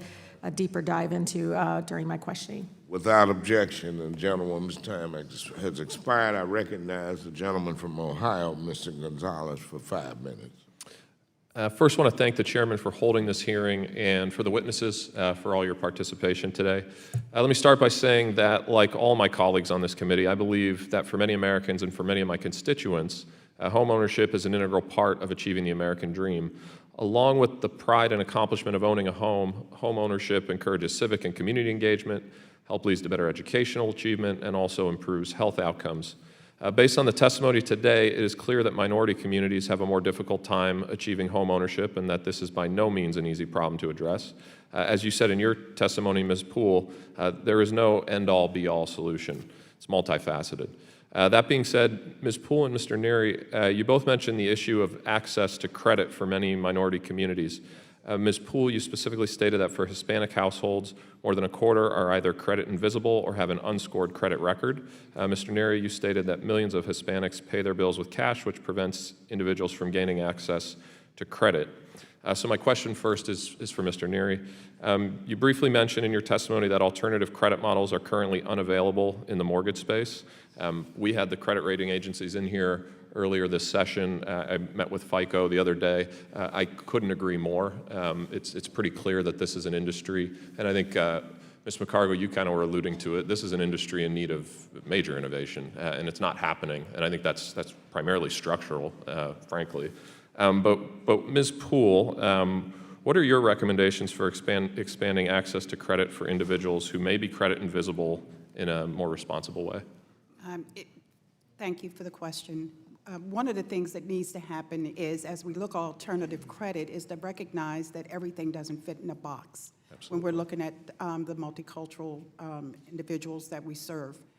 What we're looking at is saying, you know, there are credit vendors who report credit scores for positive and negative, but the positives of paying rent and paying utilities and things that they do, paying car insurance, only show up if they're delinquent. It never shows up as a positive.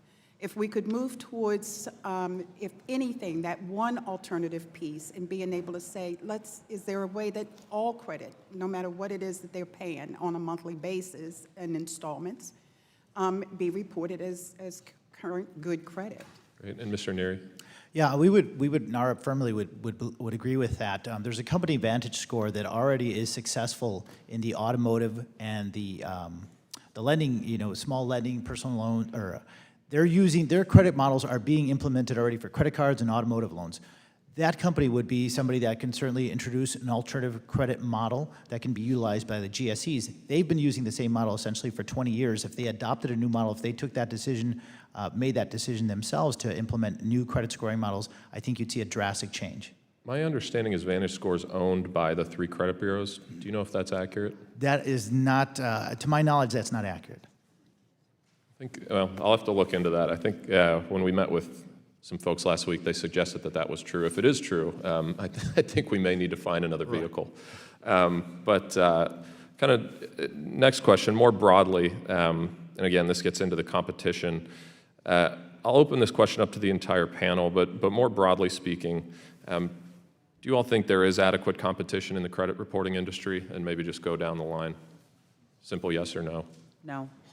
No. Absolutely not. No. No. No. No opinion on that. No opinion. Okay. Well, again, I thank you all for your time. I am as committed as anybody to making sure that there is more competition. The more competition, one of the promises of AI is that when you have robust data sets, if they're opened up and people can innovate in the space, that we can find those better predictors so that we can more accurately distribute credit into the marketplace. And I look forward to working with anybody on the committee who's committed to that fundamental mission. So thank you, and I yield back.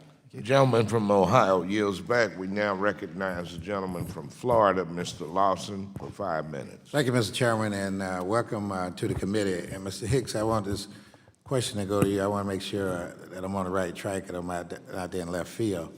I've been concerned a great deal about millennials who are coming out and would like to become homeowners.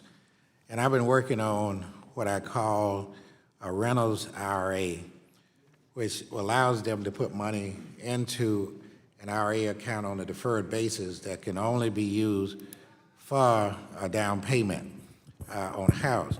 But I would like to know from your perspective, anyone else's perspective, what is the limit of the amount that they should be able to put in those IRAs earning interest in order to be adequate for a down payment? I tell you the reason why. In about 1973 or 74, I was purchased in a house through FHA. I think the house was $21,500. And they required that you had to put down 10%. And I was trying to find out how I'm going to get to 10%. So when you see all these rental units and everybody rental and even housing, how they get out, and I think that's been my perspective, judging from then, if they could have this IRA that they can put money into and know that they can use it. I just want to see if anybody can respond to that. Okay. That's a very interesting concept. In our down payment savings plan proposal, What we're suggesting is as much as $500,000 could be accumulated in a tax savings plan. The reason why we say $500,000 is because that paints a broad brush for all Americans. Certainly $500,000 is not a large amount for very wealthy people buying $5 million and $2 and $6 million houses, but we're talking about a down payment savings plan where that wealthy person could contribute that maybe to a family member. So in a renter's IRA, I do think that's a very unique concept because there are a lot of lease purchase programs that are out there that probably that type of structure could be beneficial, and I think that that's an excellent idea. So I think you asked the amount, I would say about $500,000. Okay. So the rents in this country are incredibly high. We've been talking about the housing supply problem, and so those constraints are really pushing up the issue on affordability.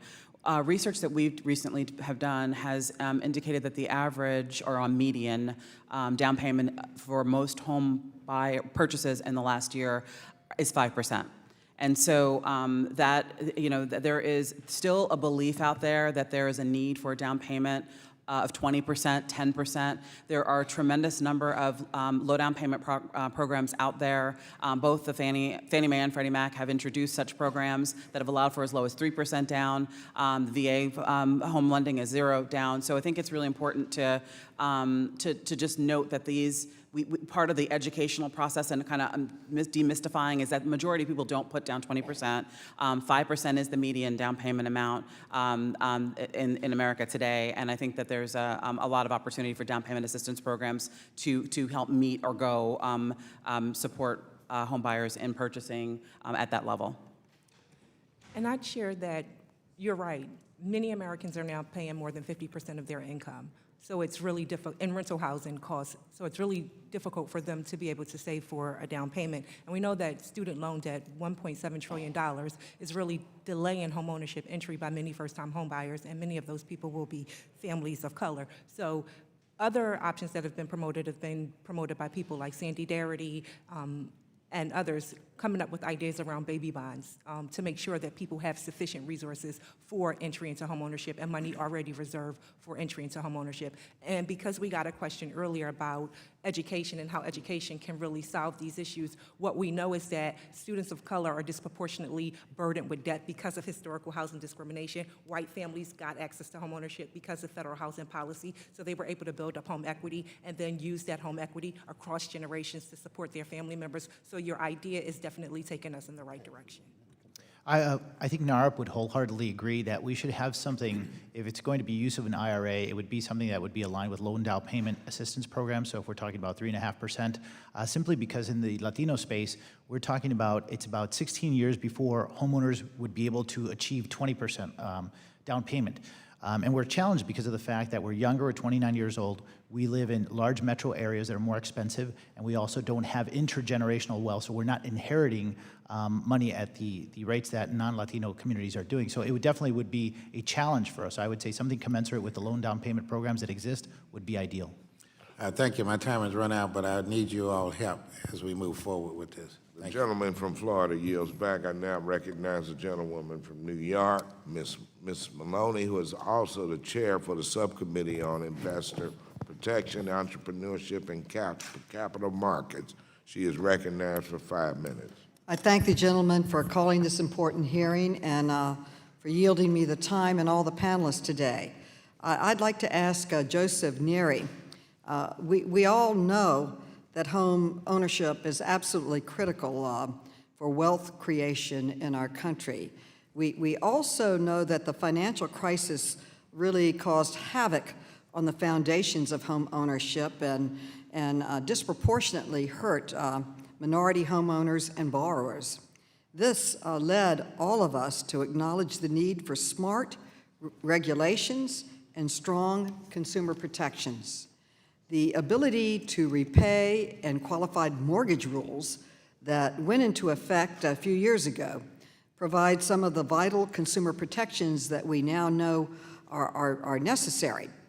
But when thinking about barriers to home ownership today, particularly for minorities, I've heard concerns that some credit-worthy borrowers with non-traditional sources of income, like individuals who are self-employed farmers or gig workers, have difficulty in verifying their income using documentation other than their W-2, and therefore they have more obstacles than anybody else in obtaining mortgages.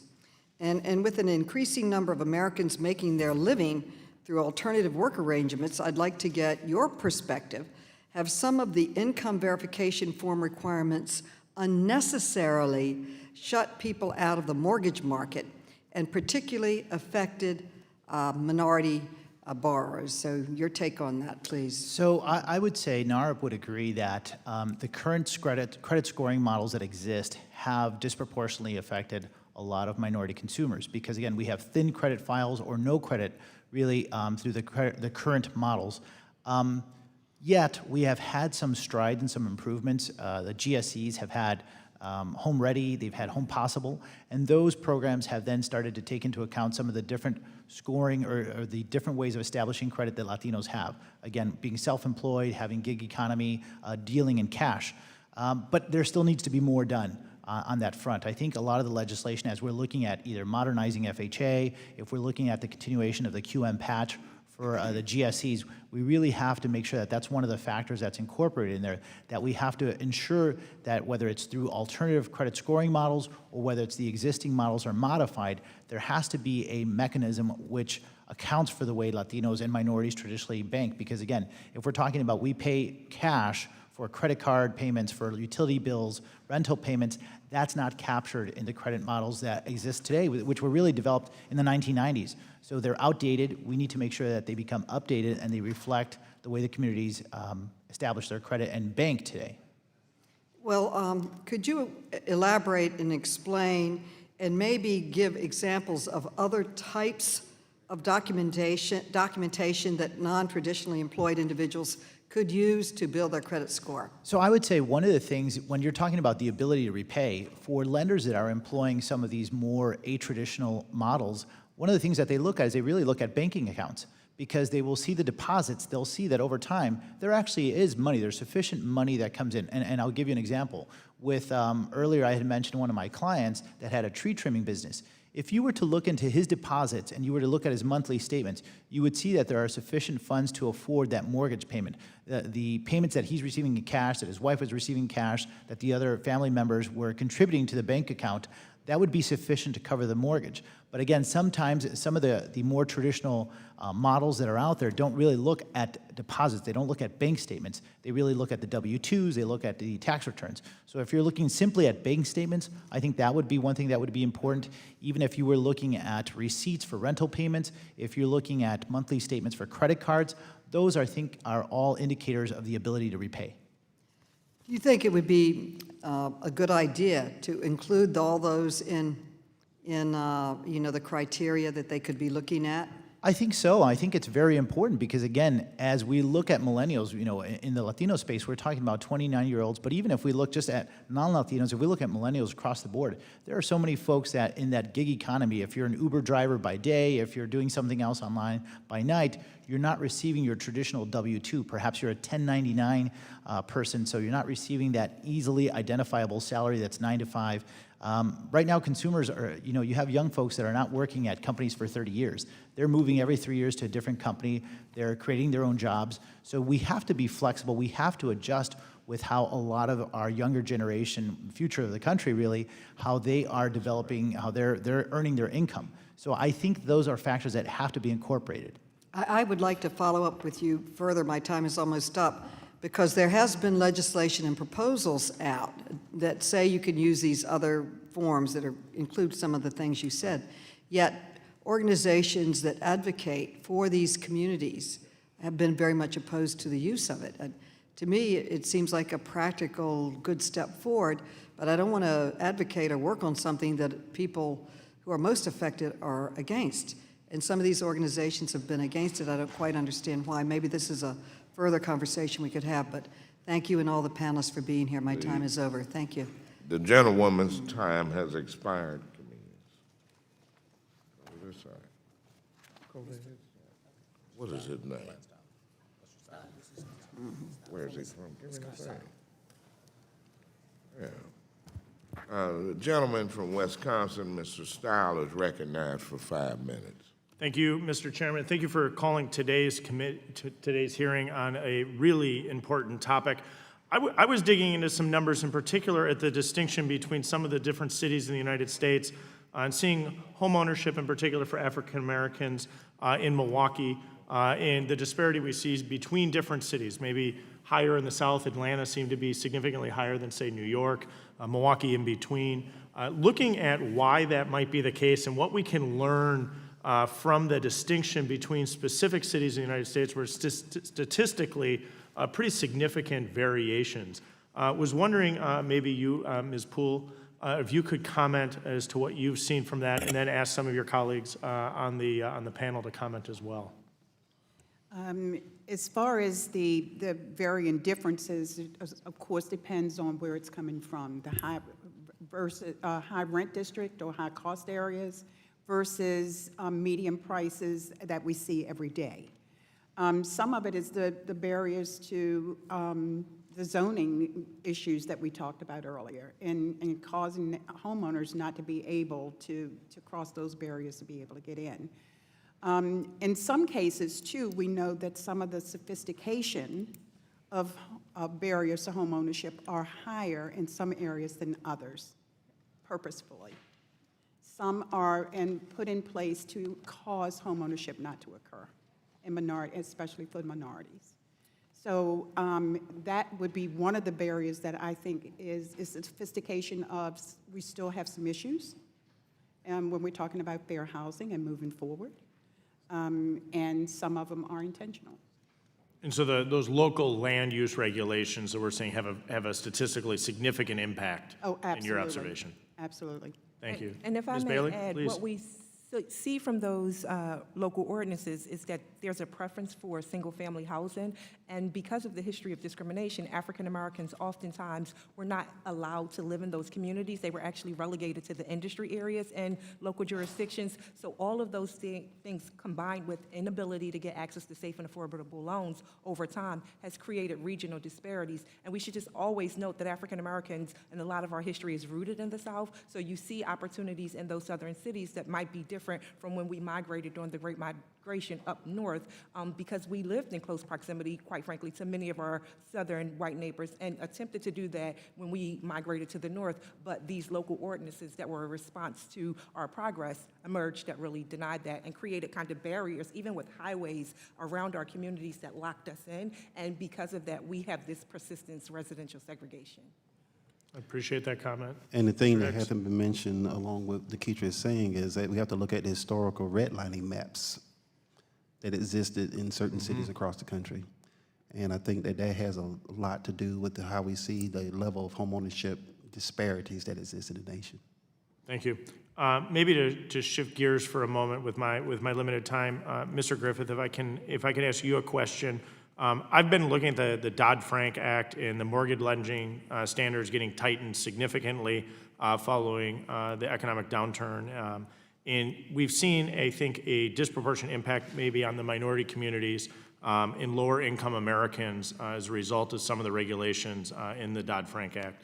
Could you comment on what you think might have been some of the key problems in Dodd-Frank and the impact that that's had in particular with minority communities and homeownership? Thank you for your question. What we've been focused on at the Heritage Foundation are ways in which we can restore affordability to the market in general, not for just minorities, but for everyone in general.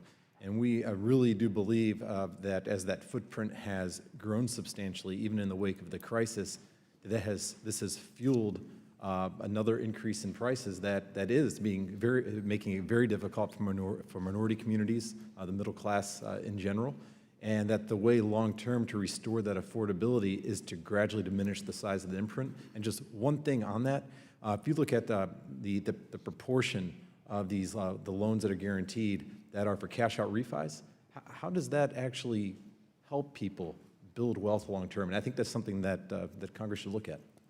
Thank you very much. I appreciate everyone's time here. I yield back. The gentleman yields back. The gentleman from Texas, Mr. Green, who is also the chair of the Subcommittee on Oversight and Investigations, is recognized for 5 minutes. Thank you, Mr. Chairman. I thank the witnesses for appearing as well. Thank Mr. Duffy for his engagement. Mr. Chairman, I'd like to ask a few questions of the witnesses with your consent and permission. Friends, if you believe that invidious discrimination has been a significant reason for the inability of African Americans to achieve wealth in this country, would you kindly extend a hand into the air? Please let the record reflect that some persons have extended 2 hands, but that all extended hands into the air. If you believe that invidious discrimination to this very day, as I speak to you now, as I say these words, do you believe that invidious discrimination is still a part of the obstacle to wealth building for minorities in this country? Extend a hand into the air. Let the record reflect again that all have raised their hands. I'm grateful that you've done this because we have been trying to build this record to let the world know that we still have discrimination. Regulations have to be dealt with, but our original sin was discrimination. To be more specific, racism. A word that we don't like to hear in hearings like this. Institutionalized racism. With this understanding, those of you who may know, are you familiar with something called testing, such that you can ascertain whether or not discrimination exists? If you're familiar with testing, would you kindly extend a hand into the air? All but one person, I believe. If you are not familiar, would you kindly extend your hand? Okay, one person. That's Mr. Griffith, is that correct? Is that your name, sir? That's correct. Okay, not familiar with testing. Those of you who are familiar with testing, is testing a valuable tool in determining whether or not invidious discrimination exists? If you believe that it is, extend your hand. All have extended hands, let the record reflect such. Now, given that testing is a valuable tool, would testing be a valuable tool in ascertaining whether or not invidious discrimination exists in lending by using testing, having persons go into lending institutions, banks, credit unions, test them to see if they are engaging in invidious discrimination? Is this a tool that can be useful to help us ascertain whether or not invidious discrimination exists in lending? If so, raise your hand. All have raised their hands who are familiar with testing. Let the record so reflect. Finally, this on this question. I have a bill, H.R. 166, the Fair Lending for All Act. This bill would establish criminal penalties for invidious discrimination and would allow testing to determine whether such exists. I think that it's time for us to move now a quantum leap forward. We have talked about this for years, how this discrimination exists in lending, but now we can do something about it. We may have a Congress that will act. If you think it would be beneficial to have this sort of testing and penalize persons for invidious discrimination, which is harmful discrimination, raise your hand, please. All who agree that testing is helpful have raised their hands. Moving to the next bill, H.R. 123. You've talked about credit. This bill would allow additional credit scoring, a pilot program such that people who pay their light bills, their gas bills, their water bills, their phone bills, utilities, these things could be scored in an automated fashion. This would help people with the thin files that you've talked about. This would give people an opportunity who are paying rent to possibly buy a home for less than they're spending on rent.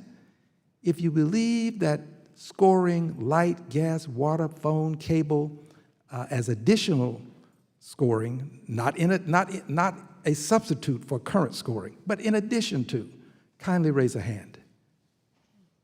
Okay. Mr. Griffith, you don't think that that would be beneficial. I take it you didn't raise your hand. Is that correct? It's a bit nuanced, but I don't believe that it should be forced congressionally. You don't think it should be forced? Correct. I see. Well, you and I, The gentleman we have a from difference of Texas, opinion. I'm going to ask you to wrap up. Yes, sir, I will. Yes, I want to thank the panel. All but Mr. Griffith indicated that this would be beneficial.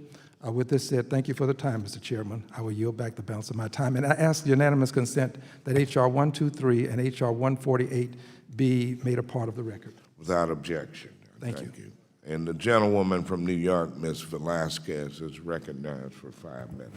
Thank you, Mr. Chairman, and let me thank you and the ranking member for holding this important meeting, and I would like to take this opportunity to thank the distinguished panel. Ms. Blakely, earlier this year, I introduced H.R. 963, the Home Loan Quality Transparency Act of 2019, which reinstates Dodd-Frank's expanded HMDA reporting requirements that were stripped out of law last year as part of the passage of S. 2155. Senator Cortez Masto has introduced companion legislation in the Senate. Can you talk about the importance of these expanded reporting requirements and how, without them, finding and prosecuting mortgage lenders and financial institutions for discriminatory lending practices will be far less effective? Yes, thank you so much for the question. The Home Mortgage Disclosure Act data has brought a lot of transparency into the marketplace. Because of HMDA data, every year we know which lenders are serving which borrowers. So we know that conventional lenders are not serving consumers of color, and the service that they are providing is very minimum in comparison to the more than 70% of mortgages that they are giving to white homeowners. So the rollback took away that transparency that we need. We need the data. Part of the challenge that we have in the consumer advocacy and fair lending space is oftentimes we don't have the data, and that's one of the important things that HMDAs provide. And your legislation really gives us the tools that we need to really strengthen and get back that data that's really foundational for consumers. And then in terms of compliance, because I know a lot of what we heard during S2155, a lot of smaller lenders were saying that they were having difficulty with compliance. We felt like a lot of larger banks were really hiding behind those smaller lenders. We do understand the burdens of complying with our laws and regulations. My organization is part of a small credit union administration organization in the country, so we understand compliance costs. But for years, banks have consistently been able to apply with our nation's fair lending laws and do it in a way that has really allowed us to really give credit to consumers. So your bill takes us back where we need to go. Thank you. Ms. Blakely, last week, the CFPB issued a notice of proposed rulemaking regarding changes to HMDA's reporting requirements as required by the passage of S. 2155. Can you explain any concerns you have with the CFPB's notice of proposed rulemaking? Yes, we're concerned that they are considering originating these options to kind of, they've put out this idea that we could either increase or decrease the thresholds, and it's around 50 closed-end mortgages. Yes. So again, it's once again going back and undoing the transparency opportunities that we need HMDA to continue to provide. Thank you. Ms. Poole, in your testimony, you state the home ownership rate for the African Americans, Hispanics, and Asian Americans remains at an unacceptably lower rate than that of white non-Hispanic Americans. I agree. What is the National Association of Realtors doing to address discrimination in housing? I'm glad that you asked that question because we are an organization who is evolving, moving forward, not revolving and staying in the past. We are intentionally moving forward with programs to help our Realtor members stay current, to reduce any discrimination policies that might be happening locally for them. We are helping local and state associations to provide programs at no cost to them that they can filter down to their members. We're working with a multicultural leadership across the country, which some are represented here today, and trying to find ways that we can work together to reduce a lot of the discriminatory practices that occur, because in some cases, we hear from each other some practices that we don't even know. We kind of thought we were a silo, and come to find out individually we're together. So we're working together to try to move our agenda forward, and we are progressive in doing so. Thank you. I yield back. The gentlewoman from New York yields back. I recognize the gentleman from Missouri, Mr. Cleaver, who is also the chair for the Subcommittee on National Security, International Development, and Monetary Policy. He is recognized for 5 minutes. Thank you, Mr. Chairman. I may not take up the entire five minutes. Thank you for calling this hearing. Mr. Griffin, I'm not sure if I may have misunderstood you. Do you believe that there is such a thing as racial discrimination in housing? Racial discrimination does occur, and when that does occur, the people perpetrating that should be prosecuted to the fullest extent of the law. Well, the only reason I bring this up is Mr. Green raised some issues in your hands. 4 issues in your hand was the only one that didn't raise. Only one of them was about discrimination, and so I'm a little, more than a little, concerned. I'm still, even with your answer, I'm not sure I understand. Can you, what you're suggesting? Oh, yes, and thank you for the opportunity to clarify that. I was unfamiliar with the details regarding testing for discrimination, the random testing of entering institutions to actually determine whether or not the discrimination is occurring. That is something that I am not actually fully apprised on, and that is why my hand was not raised for that question, simply because I'm not familiar with that practice in determining whether or not discrimination is occurring. What practices are you familiar with? I'm not aware of the different mechanisms in which people randomly enter in order to determine. I'm just not aware of that. I am aware, of course, of being able to report to the FHA through our civil system when discrimination is occurring, and I think, of course, that's very helpful that we have that opportunity. Yeah, still getting a headache. Ms. Bailey? Yes, thank you for this opportunity. I want to highlight a report that the National Fair Housing Alliance did really recently. They conducted an in-depth investigation on how consumers are treated when they shop for auto loans. I want to talk about it in the auto lending context, and I know Mr. Green held this hearing last week.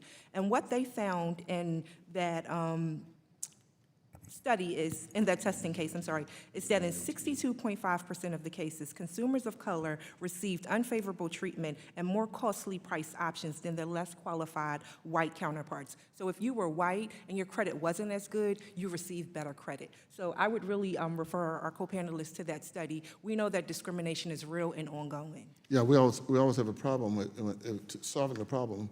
I mean, if you don't think you can get cancer from cigarettes, there's no point in trying to stop people from smoking. If you don't think there's discrimination, there's no point in trying to stop people from discriminating. And obviously, it's massive. I'd like to yield the balance of my time to Mr. Lee. Gentlewoman from Michigan is recognized. Thank you so much. And I wanted to actually allow Mr. Neary to finish. We were both very eager to hear what you have to say about land contracts. But before I do that, I do want in record to know that between 1930s and the 1960s, contracts were used to redline and prevent minorities from being homeowners. As you all know, 50 years later, we still allow for the land contract system to exist to hurt communities of color. And so it's really important that we allow it to happen, but with safeguards. And so, Mr. Neary, we're very curious about your response of we know, and I think we want access, because access is key. Absolutely. But this seems to be a predatory process, a redlining process that hurts predominantly blacks. I in our would country. wholeheartedly agree. I was just expressing as an attorney, it surprised me because when I'm involved, I make sure that those issues that we're concerned about don't occur. But I didn't think about in the majority of transactions, people are obtaining land contracts consumer to consumer without having any of those protectionary measures. I would say NARUP completely and wholeheartedly agrees that there has to be some uniformity, there has to be some standard to it, because you have to, at a minimum, make sure that you have some sort of a memorandum of agreement that identifies that this contract is there. You want to make sure that you have title, that you can ensure all of those protectionary measures are there for the consumers. You don't want someone to inherit any kind of liens or foreclosure or any kind of debts or other mortgages that exist. So absolutely, I think there has to be a standard that is applied across the country for consumers to be protected, because you have to make sure that both sides, although in some cases this may be the only option that people have for financing, you have to make sure that they're protected. Thank you. Lastly, Ms. Bailey, you said something really shocking, profound. I lost more black home ownership in the state of Michigan than anywhere in the country. But you said black ownership is at the same rate today than it was in 1968. What is the rate now? Since 1968, 2019, the same rate. Indeed it is. So today it's at 41.4%. And it's important to really help us understand we had progress after the Fair Housing Act. However, the market shifted. Reverend Jackson says that when we get in the game and the rules are clear and the refs are fair, we win. Black and Latino families have never been in a mortgage market that operated in that way. Instead, we've had dual systems where we're tracked to dangerous and risky mortgages and other financial services products where we cannot build wealth over time and pass on to future generations. Each of our generations continually have to start over again, as opposed to building on legacies of families' opportunity. The gentlewoman's time has expired, and did the gentleman from Florida have something to add? Bill, I just want to say, you made reference to Rosewood. Yes. And the reason why I'm interested, I'm the one who did the bill in Florida, and that was in 1923, when African American had homes, all kind of stuff before the massacre and everything took place. But it was interesting that you mentioned Rosewood. It just stimulated me when you mentioned something about it. And if I may, people keep saying, why do we look back? Why do we look at yesterday? The only way we're going to learn the lessons of the past is by understanding what the facts present. And we have a chance today to make sure we do not pass on to our children the burdens of discrimination. The gentleman's welcome, and I'd like to thank our witnesses for their testimony today, as well as say that I am encouraged by the thoughtful questions and answers to this intractable issue of barriers to minority home ownership. But I'm confident, after hearing your testimony and your responses, that we can find solutions to this issue. And with that, without objection, all members will have 5 legislative days within which to submit additional written questions for the witnesses to the chair, which will be forwarded to the witnesses for their response. I ask our witnesses to please respond as promptly as you are able. And without objection, all members will have 5 legislative days within which to submit extraneous materials to the chair for inclusion in the record. And thank you all. This hearing is adjourned.